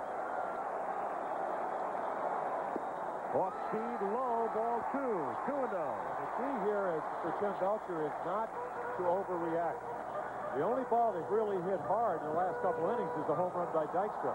Right. You remember correctly, I mean, Johnson flared one into right. Right. Backman bunted. Yep. 2-1. So it's not like you're getting hit hard, so you don't want to lose your composure. I mean, he did show us his poise in game 2, down 1 game to nothing. Came back and pitched a strong ball game, got a big lead. Hernandez hit the home run to make it 5-2. They added a run and eventually got knocked out in the 9th inning, but he didn't change his pattern of pitching. He can't do that now. That's really a good point. You can't worry about you can't allow the results to interfere with the way the results were attained. Because he's still got as good a stuff as he had in the early innings. In the early innings, those little loopers were out.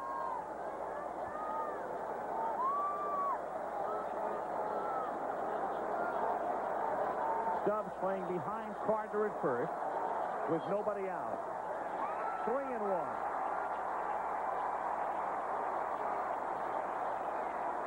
Another thing you have to think about, as Tommy sort of encourages Tim Belcher, is that this is only the 5th run. And you got to be worrying about the tying and winning runs at this point, even though it's a score of 6-3. It's 3-2 on Johnson. You don't, as a pitcher and a catcher with a 3-run lead, don't put yourself in a defensive position. Keep remembering that you have that lead and pitch accordingly. Means you challenge more.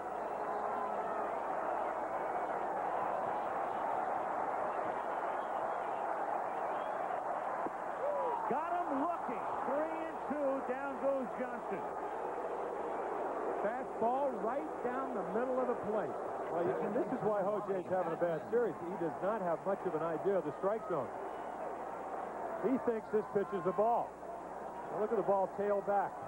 Not even close. That's right down the heart of the plate. Well, again, we showed those numbers, what, 0 for 21? He got the base hit the last time up, but part of a slump is not really having much of an idea of the strike zone. He thinks that ball's inside when it was clearly a strike. 6 strikeouts now for Belcher, and Backman takes a strike. Mackey Sasser has come out into the on-deck circle to bat for Aguilera. And Steve Sachs has moved up in the second base position, as has Hamilton at third to take the bunt away. 0-2. Jim, you mentioned when Franklin Stubbs came up, it should put Woodson in the game. It's interesting. I'm looking down to the corner of the Dodger dugout, and who's got his first baseman's mitt on? But Tracy Woodson. There he is. But it's Stubbs in the game at first, and he's playing back of Carter with 1 out of the count, no balls and 2 strikes, and Backman fouls it away again. With the pitcher hitting fourth in the top of the 8th, what Tommy Lasorda is thinking about is Franklin Stubbs batting second. He may make a defensive change, a 2 for 1, bring Woodson into the game, hit him 9th, and have the pitcher bat second. If he has to go to the bullpen, make the double switch. Right. But the luxury of a 6-3 lead is that Franklin Stubbs gets to play behind the runner. Normally he'd be holding him on. Carter doesn't run well, so he takes away a lot of that hole in the right side of the infield. Foul away again. No balls, 2 strikes on Backman. 6-3 Dodgers in Game 5. Series squared at 2 games apiece. Bottom of the 7th inning. Carter at first base and 1 out. And he has shown him a fastball. He'd like to get him out, I believe, with a curveball or a split-fingered fastball.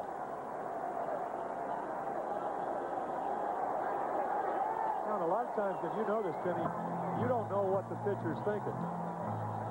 He's fouled off all 3 pitches. You go out and say, what do you want to do? Or you tell him. In this case, I think maybe Dempsey's telling him because he's had a lot more experience. Could be. The one thing you want to do is, regardless of what you decide on it clearly. Don't be caught in between and go back and give a fastball when your pitcher wants to throw a breaking ball or a breaking ball when he wants to throw the fastball. I mean, after all, the good catchers realize that the pitcher's the guy who's got to make the ultimate decision, regardless of what the pitch is. It could be location on which they disagree. If you want it outside, he wants it inside, and you make him throw it outside, generally speaking, it'll split the difference. It'll be right down the middle of the plate.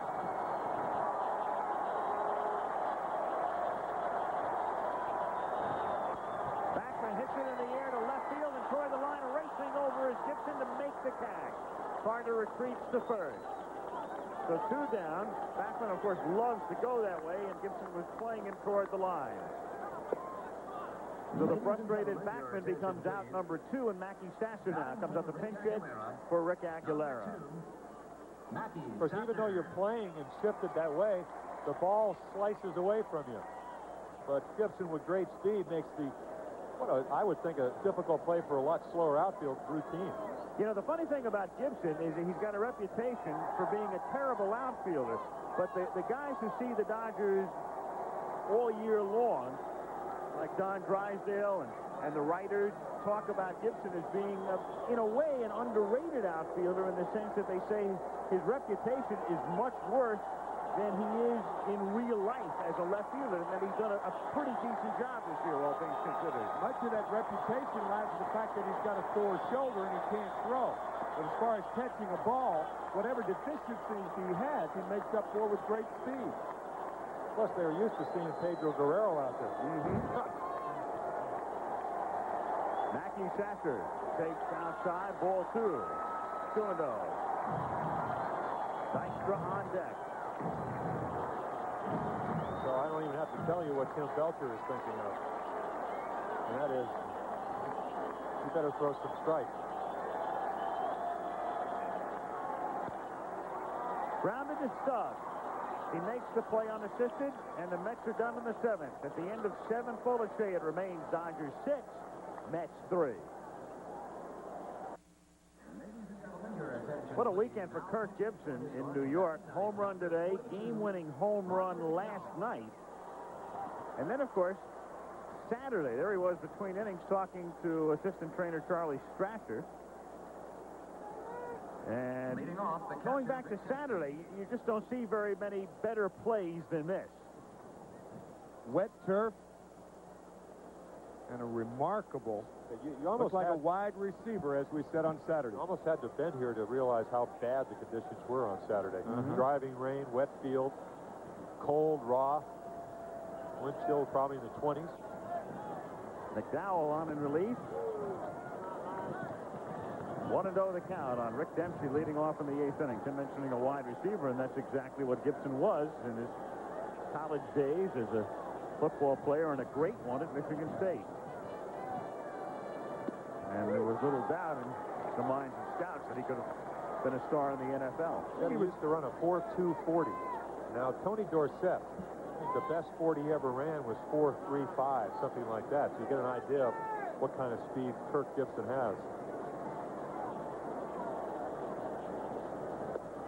Dempsey trying to bunt his way on. And the count 1-2. I'm not sure that's a great idea with somebody like McDowell on the mound, who is as good a fielding pitcher as you'll find. Only on Saturday when you can't keep your feet. We talk about that because he made a real good play to get to a ball, went to throw, fell down, tried to do it on one knee, and threw the ball away.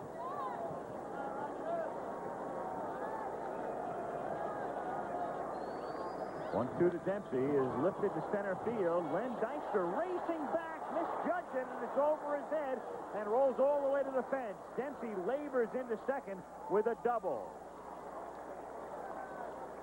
So Dempsey hit it hard and by Dykstra. And for Rick, his second double of the game. The other was a 2-run double in the 4th inning. And we talked about hooks the last inning on the ball Marshall hit. This is what this ball does. But it's Dykstra running across the field instead of backing across that causes this ball to be a double. This ball has got to be caught. Well, the shortest distance between 2 points is a straight line, and the great outfielders had that instinctive ability to know where the ball is going. They go to that point, and like you said, they don't have to come in or across and then back. Now, really, you don't have to do that as much in left and center, left and right, but in center field, you got to cut off the angles. You have to go straight to the ball. But also, what you said, Al, I don't think he picked up that ball that well. I mean, we've had well, that could be the reason. That's two true. cases. That's two true. cases because McReynolds didn't see the ball that Marshall hit. Again, we're sitting up here in the booth. It appears that the sun is much more in the left and center fielder's eyes than it is in right field. So it's been quite apparent there really hasn't been a routine drive to the outfield today as Hamilton takes inside ball 1. The Mets expecting the bunt with Hernandez in on the grass at third. Jeffrey's playing first, and Jeffrey's playing even with a bag at third. Going back to what you said earlier, though, you could draw inference from last night's game. If Hamilton can bunt, Mike Sharperson never pinch bunts for him last night. And he swings away and fouls it off in the count 1-1. Of course, he can also handle the bat. We saw that on Saturday where he went the other way, advanced the runner to third base, which allowed him to score another run. So I just think with a 6-3 lead, it's really silly if a guy can't bunt, and apparently that was the inference last night to take the bat out of his hands. Especially with the bottom part of the order coming up. Griffin and the pitcher, Tim Belcher. 1-1 is a little squibber back toward McDowell, and he throws him out, and Dempsey remains at second base. It's a hard play if you're on second base when that ball's hit right in front of the plate because you can't tell the depth or how close the pitcher is to the ball. Look at Dempsey. He wants to go to third and could have gone to third because of the high hop, but because he can't tell how far it is from home plate or how close it is to the pitcher, he has to stay at second.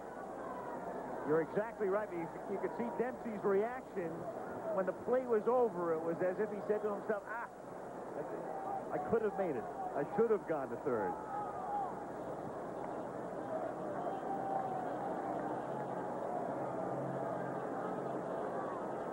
Griffin in the air to Strawberry. Dempsey is tagging at second, and Rick is on his way to third. Strawberry throw offline. So a fly ball by Griffin deep enough to send Dempsey over, and now how big is that play on that little chopper where Dempsey doesn't go to third? Otherwise, the Dodgers have another run here. And those other runs, really one of the stories in the subplots to last night's game. Gary Carter with the Mets leading 4-2 in the 6th inning. Carter at third and nobody out. And Brian Holton came in. As you look at Dempsey, he's probably thinking about that now, but Brian Holton came in and held the Mets to nothing, getting Dwight Gooden on the double play 6-4-3 grounder after striking out the first batter. Belcher takes inside, and you can see Dempsey agonizing over not going from second to third. That's exactly what he was saying to himself.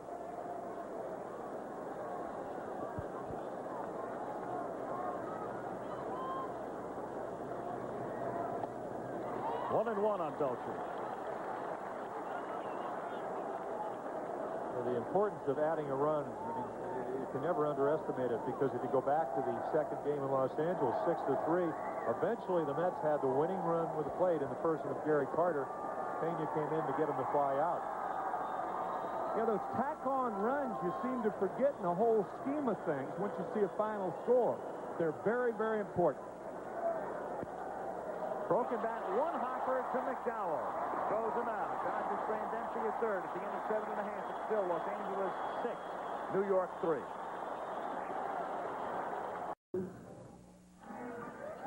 All right, Dempsey at second base with nobody out. Now Hamilton, the high chopper, and you see Dempsey's dilemma with McDowell almost screening him from the ball. Dempsey can't tell how close McDowell is.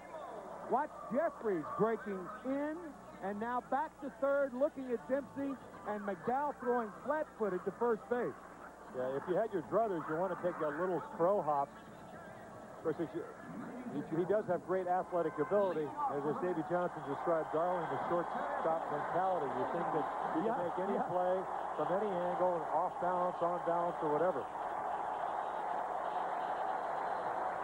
In the bottom of the 8th inning, the Dodgers on top 6-3 in a series tied at 2 games apiece. In the top of the order for New York, Len Dykstra, Greg Jeffries, and Keith Hernandez. It was Dykstra's 3-run homer that put the Mets back in the game. They were down 6-0 in the 5th inning. I'll tell you what, you got to approach Lenny Dykstra as if you want to make him hit another home run, because you got to make him swing the bat here. You don't take advantage of your defense if you walk them.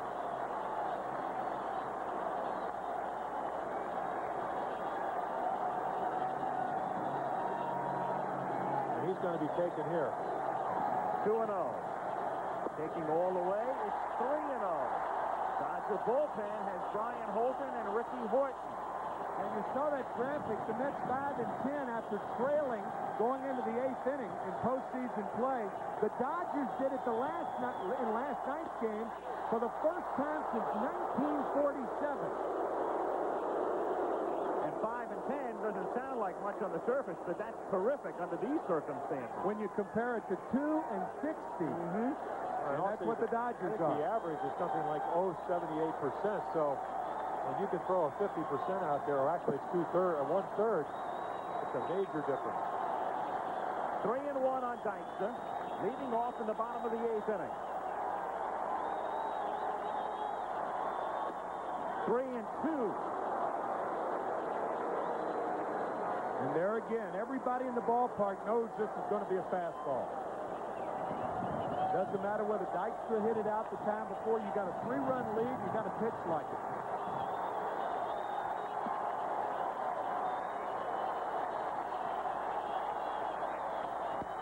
Line to right field toward the corner by Marshall. All the way to the fence. Dykstra into second with a lead-off double.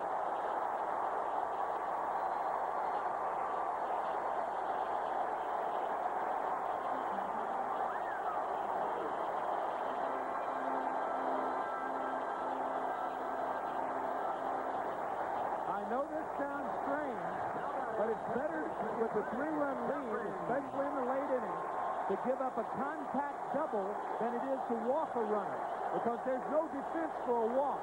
If the hitter makes contact, you got a shot at him hitting it hard at somebody. That just wasn't hard at somebody. It found a hole. Jeffries now takes high, ball 1. And again, the suspension of Howell comes into play now. The Dodgers, who had Pena work 3 innings last night, have 2 middlemen throwing. Holton and Horton in the bullpen. Strike. 1-1. Of course, one of those middlemen has had an outstanding season.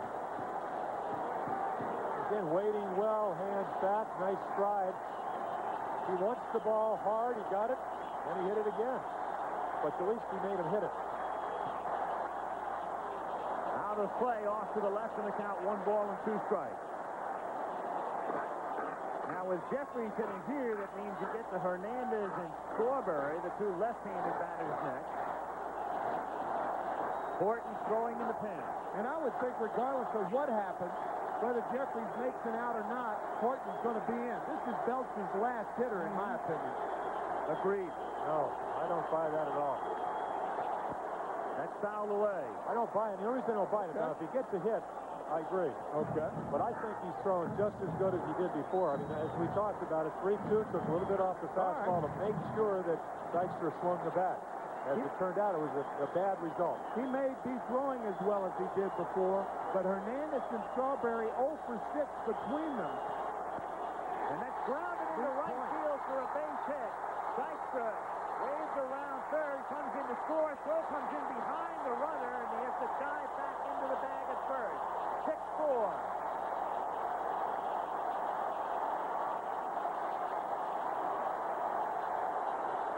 Well, we'll never know. But my point was that Hernandez and Strawberry have seen him so many times. They've seen him 6 times between the 2 of them. And I just think you're in a game situation here. You know the move's going to be made now. But it is a very, very interesting point. It's like a curveball, and again, Jeffries, one of his great strengths is he stays with the ball, doesn't overswing. Pulls it right by the first baseman. And now he brings the tying run to the plate. There was a point turned moot because of what happened. I was kind of hoping he was going to get him out, even though I don't care who wins. One of the beauties of the game. And what wouldn't have been one of the beauties of the game is if Jeffries had turned too far and had Franklin Stubbs cut the ball off. Well, we saw his inexperience in you see him round first base in the second game where he got doubled off on the Strawberry line drive to shortstop. Here he almost does it again. You know, that's fine to be aggressive, but you have no place to go with Hernandez and Strawberry coming up 2 runs down. 6-4, Ricky Horton into work for the Dodgers. Marshall made the correct play. What he did was hit the cutoff man, not try to attempt to throw somebody out. You saw Lasorda in the dugout. I guess we should bring the title of another song into play. Remember, It Don't Come Easy? That's been the story of this series. You know it don't come easy. Oh. So does Tommy. I think so does anybody that ever played the game. I mean, look at last night's ball game. The Mets, you got a guy on the mound, Dwight Gooden, or Doc Gooden, who's only thrown 10 home runs. The guy at the plate that's only hit 3, he homers. Then you got a sinker ball of McDowell, even though Gibson's a low fastball hitter. He's only thrown 1 home run all year, and he hit the home run to win the ball game. Well, Ricky Horton took the place of Tom Cruise, who pitched most effectively, or Tim Cruz, I beg your pardon. He pitched most effectively against the Mets and any of the other Dodger pitchers. But Horton obtained from Chicago and another fine job. Cares about the 4 earned runs. You're facing a very good offensive team, but a great job by Tim Belcher. Horton coming from the White Sox. Sean Hilligus going to Chicago, and Ricky obtained before September 1st, which will allow him to pitch in postseason play. And specifically with Hernandez and Strawberry in mind. The Dodgers leading their division, figuring the Mets were a lock to win the East, and thinking ahead, they knew they needed 11 left-hander to get out potent left-handed batters, and in particular, the two men he's called upon to face here, Hernandez and Strawberry.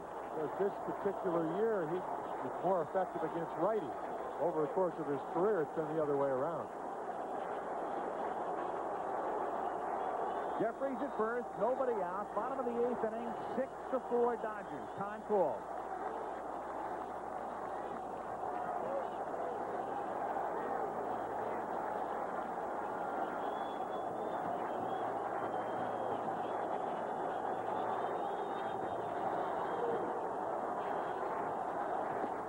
Strike. 0-1.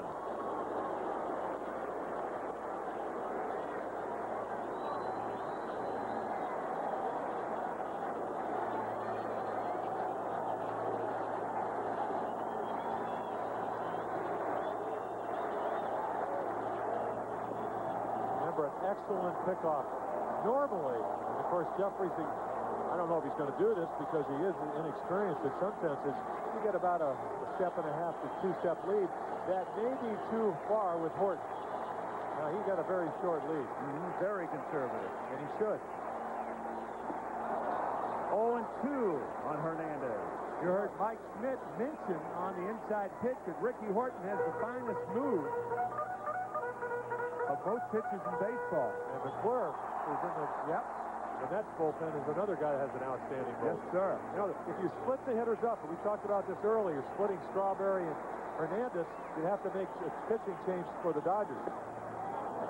1-2. Key point, it makes it a lot easier for Tommy Lasorda to bring in Horton and not have to flip-flop his pitchers. Right. If they had split, and we were talking about the fact that if they moved McReynolds in between Hernandez and Strawberry. Make a McReynolds sandwich. Yes. 2-2.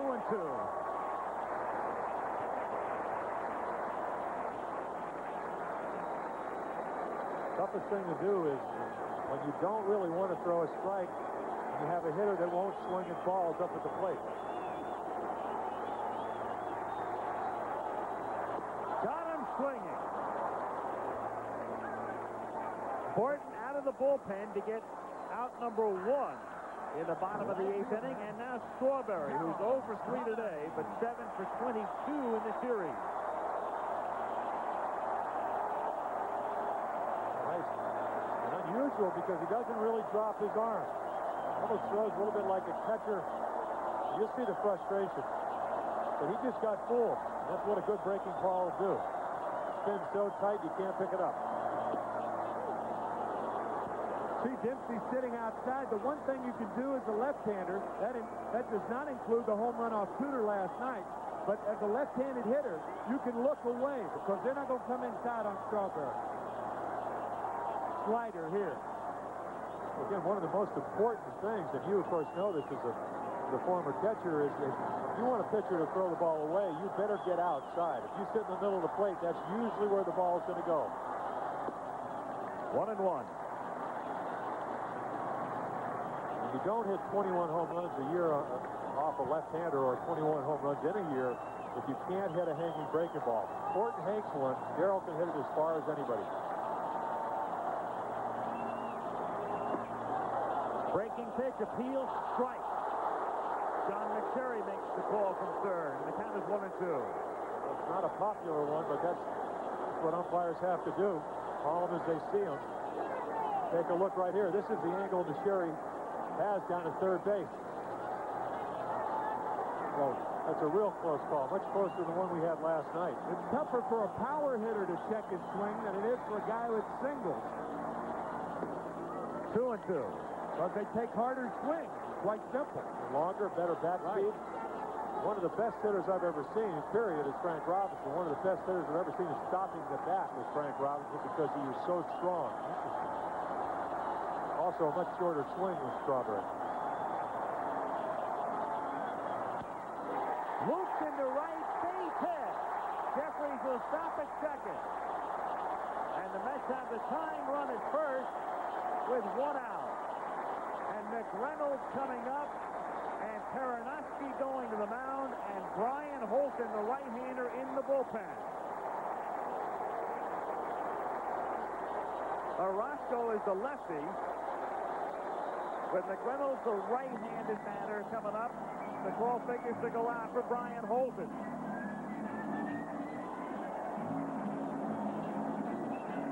And it does. 2 on, 1 out. The Dodgers leading 6-4.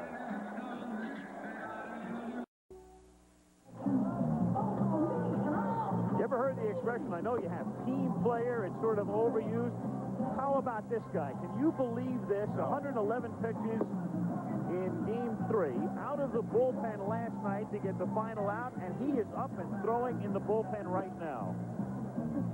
Don't know really what the words are, whether he gets in the game tonight. Courageous, diligent, team player. Holden's done a great job this year, but Oral Hershiser being up just shocks me. Here's a starting pitcher who may be in his second relief appearance in less than 24 hours. Well, this is a situation where the manager's not going to ask him to get up and throw. Latorda said last night, Hershiser said, hey, I can pitch if you need me. And he obviously has told him again today.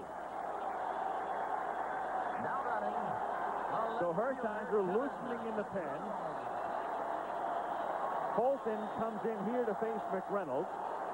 The Mets with Jeffries at second. Strawberry, the tying run at first. 6-4 Los Angeles in the 8th.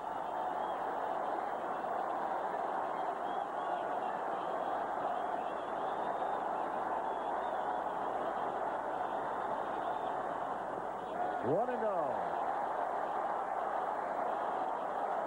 And that's the big pitch for Brian Holton. He has to get that curveball over because it sets up all his other pitches. Fastball, changeup.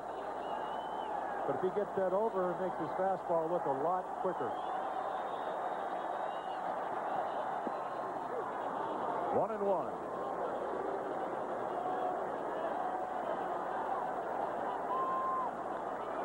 Another long man or intermediate type pitcher along with Tim Cruz had an outstanding year for the Dodgers. Contributed to them having the second best staff in the NL. Breaking pitch spun off the end of the bat slowly toward Griffin and hits Jeffries, and he's out. That's scored as a base hit.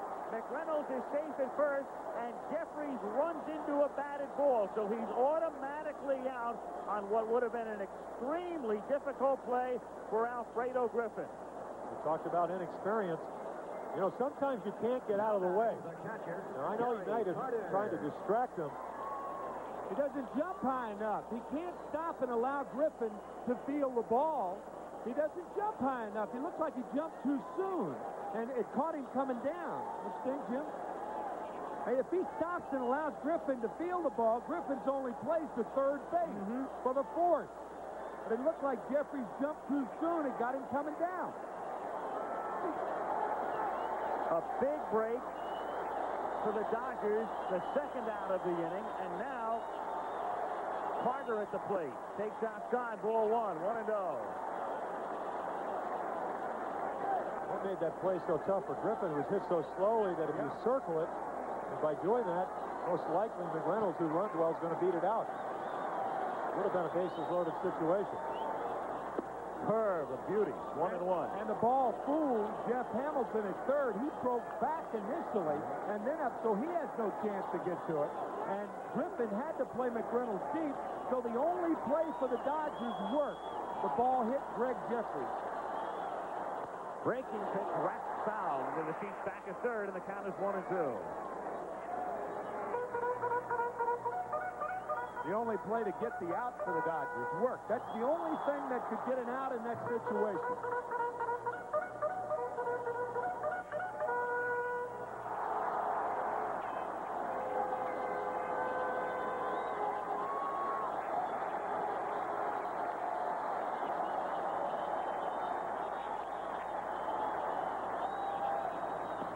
Two and 2.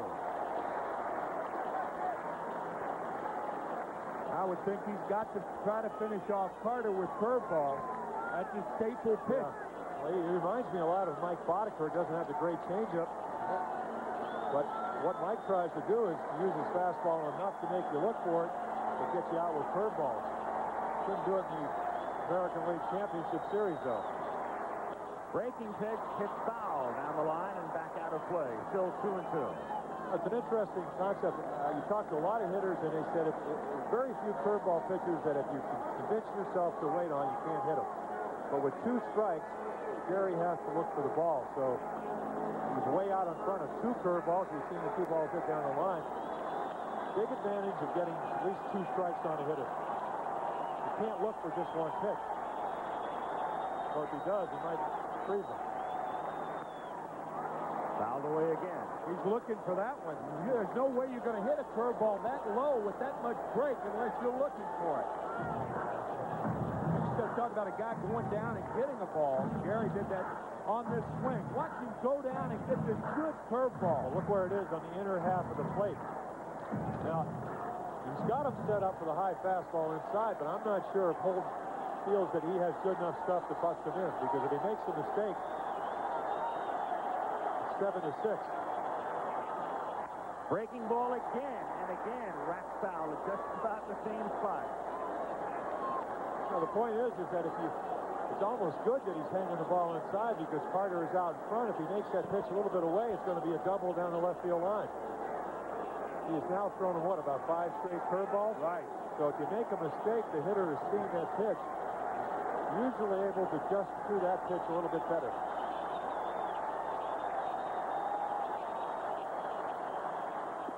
Inside, 3-2, and now the runners will be going. And you saw Dempsey before that pitch hold the glove up in case Carter was peeking. He held the glove up high and inside to Carter and then went low and away for the target, just in case Carter was peeking. What Dempsey used to do on a breaking ball is put his glove down, face the glove down, and you could really see it. Runners will be going, and the 3-2 pitch is hit high in the air to left field. Gibson calls for it, makes the catch, and in the inning, the Mets get 1 run, 4 hits, and leave 2. The big base running gas by Jeffries, and the Dodgers lead by 2 going to the 9th. National League Championship Series, the Dodgers on top 6-4 in Game 5, going to the top of the 9th inning. The Dodgers got 3 in the 4th, 3 in the 5th, led 6-0. With Belcher on the mound. Len Dykstra hit a 3-run homer in the bottom of the 5th. The Mets added a run in the bottom of the 8th, and we go to the 9th inning with Steve Sachs leading off for the Dodgers. Roger McDowell on the mound for the Mets, who will send up in the bottom of the 9th Johnson, Backman, and then a pinch hitter for McDowell. Strike, 1-1. And Brian Holton on the Dodger bench, entrusted for the moment with the lead.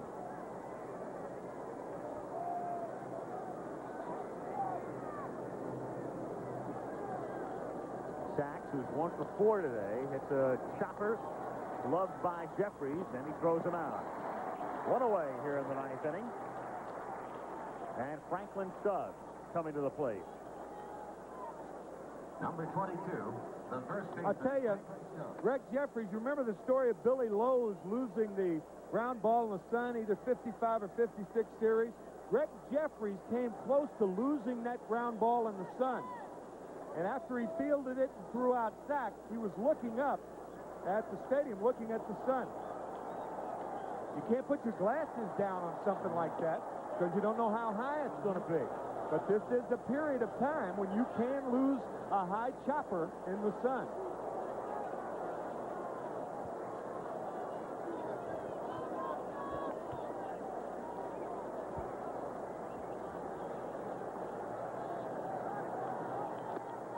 One and one.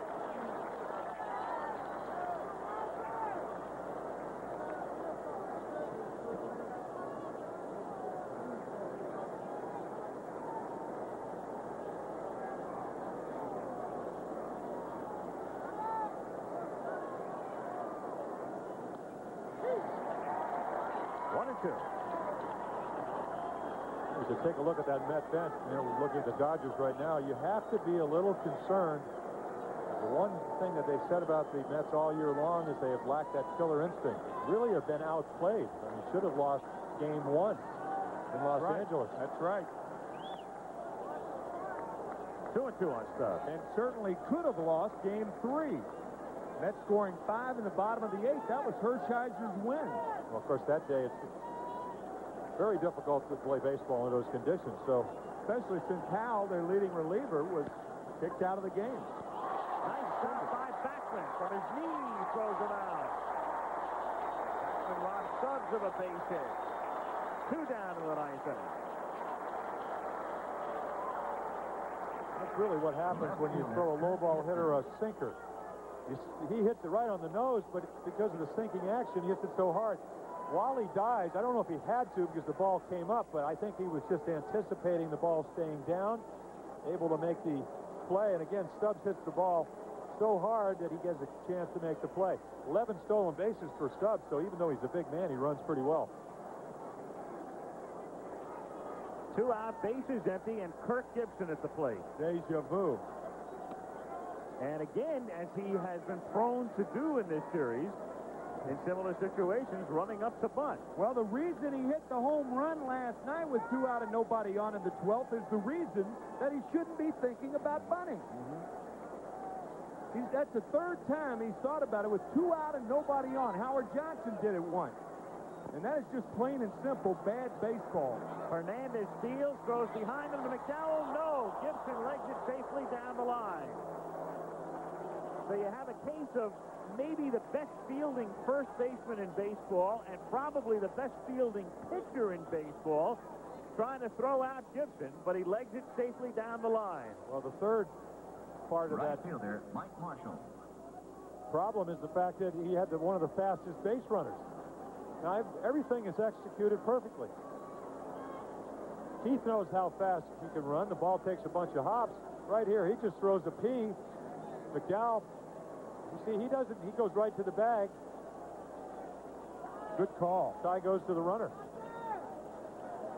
Gibson's going to be running, too. Marshall swings and misses in the count 0-1. You know, they teach you, as a pitcher, you go up the line and then you go to first base. But the only thing he could have done to maybe get there a little bit quicker is go directly to the bag. Of course, hindsight should be 20/20. He's leaning. He's going, and the pitch skitters away from Carter. So Gibson in at second, and he comes up hobbling. And Kirk Gibson shaken up, and here comes Charlie Strasser. It looked then that it could be a different injury. It looked like Kirk slid late into the bag. And a disconsolate Tommy Lasorda's got to be saying, what in the world could go wrong now? And a brutal reaction from the crowd as well, as several thousand cheer. Right. Ridiculous. And then keep in mind, the left leg is the one that hurts. Let's see if we can see. Oh, it looks like he catches something, or I think he just pulled something. Again, the tendon was behind his left knee, and it looks like right before he gets to the bag, you won't see it from this angle. If we run that back, that first angle, I think you will see that about maybe 3 steps from second base, he kind of jumps in the air because I think he pulled something. And he may have irritated it even right more. there, right there. That was it. And may have irritated it even more on the slide by jamming that left leg into and now over the bag. And Jose Gonzalez comes in to run for him, and Gonzalez will stay in the game defensively in the bottom of the 9th. Well, again, the man that said he turned down the throttle turned it up and paid the price. You know, again, that's Kirk Gibson. Aggressive style. You have a 2-run lead, Thinks he can pick up an extra run, steals second base, and gets hurt. Here's the 0-2 pitch. Now Marshall hits a drive to right center field. Deep. Dykstra going back, and it's up against the wall and bouncing back toward the infield as Gonzalez comes in to score, and Marshall goes into third with a triple. And the Dodgers lead by 3. So with 2 outs, Gibson beats the play at first base to keep the inning alive, and it turns out to be an important play as Marshall follows with a run-scoring triple, and it's 7-4. We talk about those tack-on runs. The later in the game, obviously, the more important the tack-on runs are. Marshall extremely strong. The sinker down and away, a bit careless of McDowell with the count 0-2, and it hits the base of the wall and just fires like a rocket into right center field. Shelby fouls it off, and the count 0-1. Again, the Mets in the bottom of the ninth, bottom of the order. Johnson, Backman, and then the pitcher's spot.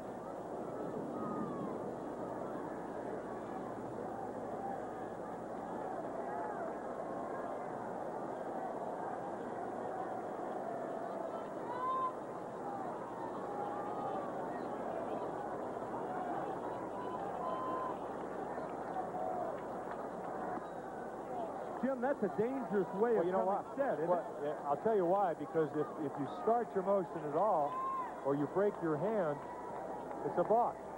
Now, of course, a lot of pitchers this year are going to the full windup because of all the balk calls, because you don't make that discernible stop. Breaking ball low, ball 2-1. I think a better way to do it is, if you're going to take a windup, is to keep the ball in your glove hand and not to start until you look at third base. That way you haven't started your motion and you take away the balk move, or the possibility of having a balk called. And it's 3-1 on Shelby with Marshall at third. Marshall with a single, a double, and a triple today. The Dodgers have 12 hits. The Mets with 9. Dodgers leading 7-4.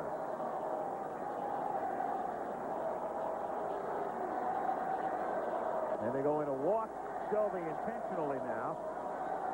Well, the way you counter that, if you're Lasorda, to add on, you not only pinch hit for Dempsey, but you may think about sending Shelby and putting this game out of reach. And the Dodgers going to the bench will have Mike Davis. Interesting choice. Yeah, I would have thought, well, there's Socha, who will obviously come in to catch. Yeah. And Ladies and gentlemen, Davis will come up to hit for Dempsey. Batting for Rick Dempsey. I think it's a good move because you have a 3-run lead. This man has not played very much, struggled all year. You get him another at bat. Socha doesn't need that, and yet you still use him. No, but Socha doesn't need an at bat, but the Dodgers need a run. We talked about the value of those tack-on runs. I think number of at-bats right now is kind of way down on the list of priorities. Well, except if you've been a guy like Mike Davis who's struggled as much, and I think this is Lasorda's way of trying to involve him into this series. Maybe. He's already got a 3-run lead. You're using 2 guys now for 1 replacement. Socha's in the game anyway.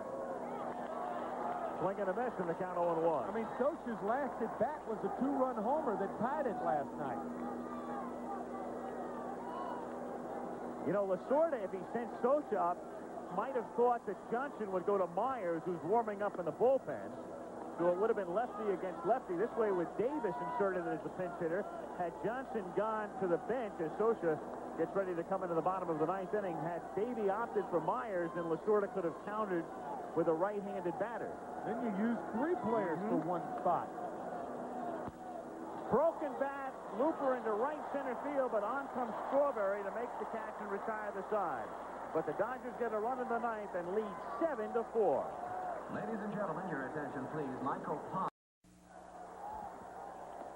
Well, we go to the bottom of the 9th inning. We will see you tomorrow night at 8 o'clock Eastern, 5 o'clock Pacific for Game 6 in what has been one of the 3 or 4 best championship series since Major League Baseball went to this format in 1969. 1980, the Phillies against the Houston Astros, and of course both series in 1986. I was in 7. None of them were this exciting. And the Mets will try to provide a little bit more excitement as they come up in the bottom of the 9th inning with Howard Johnson to lead off. Johnson, Backman, and then a pinch hitter for McDowell. Socha in the game to catch. And Jose Gonzalez, who came into pinch run when Gibson was hurt, stays in the game. There he is in left field. He's an excellent outfielder. Breaking ball, waved at and missed in the count 0-2. So Davey Johnson and the Mets heading west for Game 6. And 3 outs away from being down 3-2 after they were 3 outs away last night from being up 3-1. That's 2 curveballs heading south, and he'll get another one, I would imagine. Yeah, well, he started him off with a fastball, and I think that maybe tricked him, but does Howard ever adjust? Does he ever look for a breaking ball? He says yes. Last year he proved it with 36 home runs and a better average. This year, a different story. 1 out. No mercy from the crowd either. Well, that old standard, what have you done for me lately?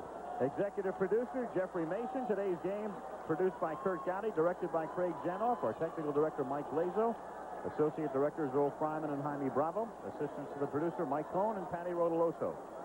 And our statistics and research Steve Hurt and Alan Ross. 1 out in the 9th inning is Backman takes low, ball 1. 1-0.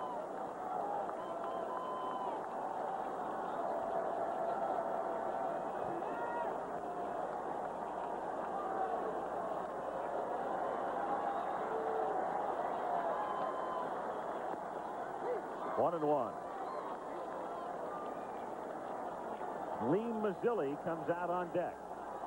Again, a reminder tonight, Monday Night Football from Philadelphia. The Eagles hosting the New York Giants. 9 Eastern.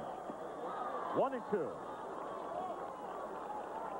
Big battle in the NFC East tonight.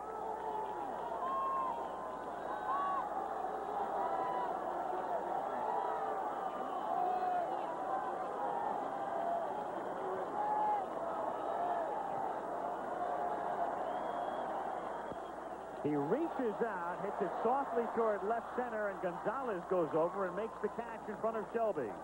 So 2 down now in the 9th inning. The Mets down to their final out, and Lee Mazzilli comes up to pinch hit for Roger McDowell. Batting for Roger McDowell, number 13, Lee Mazzilli.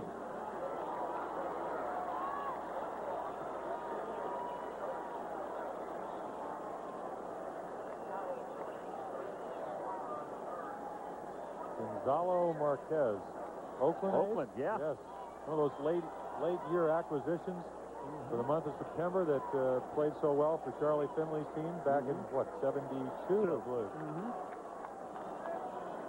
Couldn't do anything but hit. Mazzilli takes low, ball 1.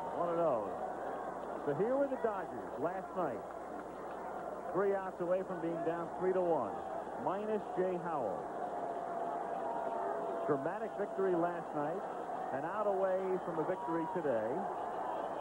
And a big break from Giamatti with the reduction of Howell's suspension. Again, if you joined us late, Howell, who would not have been eligible to pitch until Game 7 because of the original penalty meted out by Giamatti, will now be able to pitch tomorrow. And not only that, the Dodgers don't have to worry about playing another game on the road. And it may be the last game of the season for the Mets here at Chase Stadium. 2-1.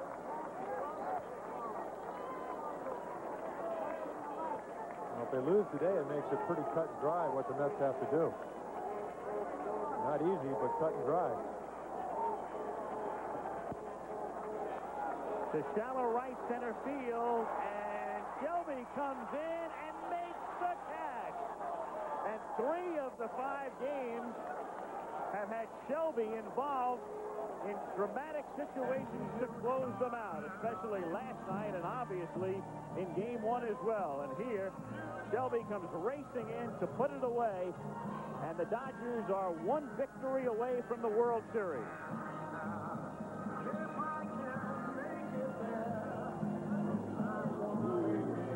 So Tommy Lasorda in conference here with Harry Wendelstadt. Brian Holton, one of the unsung heroes this season, comes out with the bullpen to close out the Mets. And the Dodgers score early and often and hold off the Mets and win it by a score of 7-4. Amazing how Brian Holton, looking back to 1978 when he started in Clinton, did you ever think he would not end, but have an opportunity to do what he did? And former teammate of mine, a great athlete. He took a couple of steps back, fouled the ball. Look at this catch.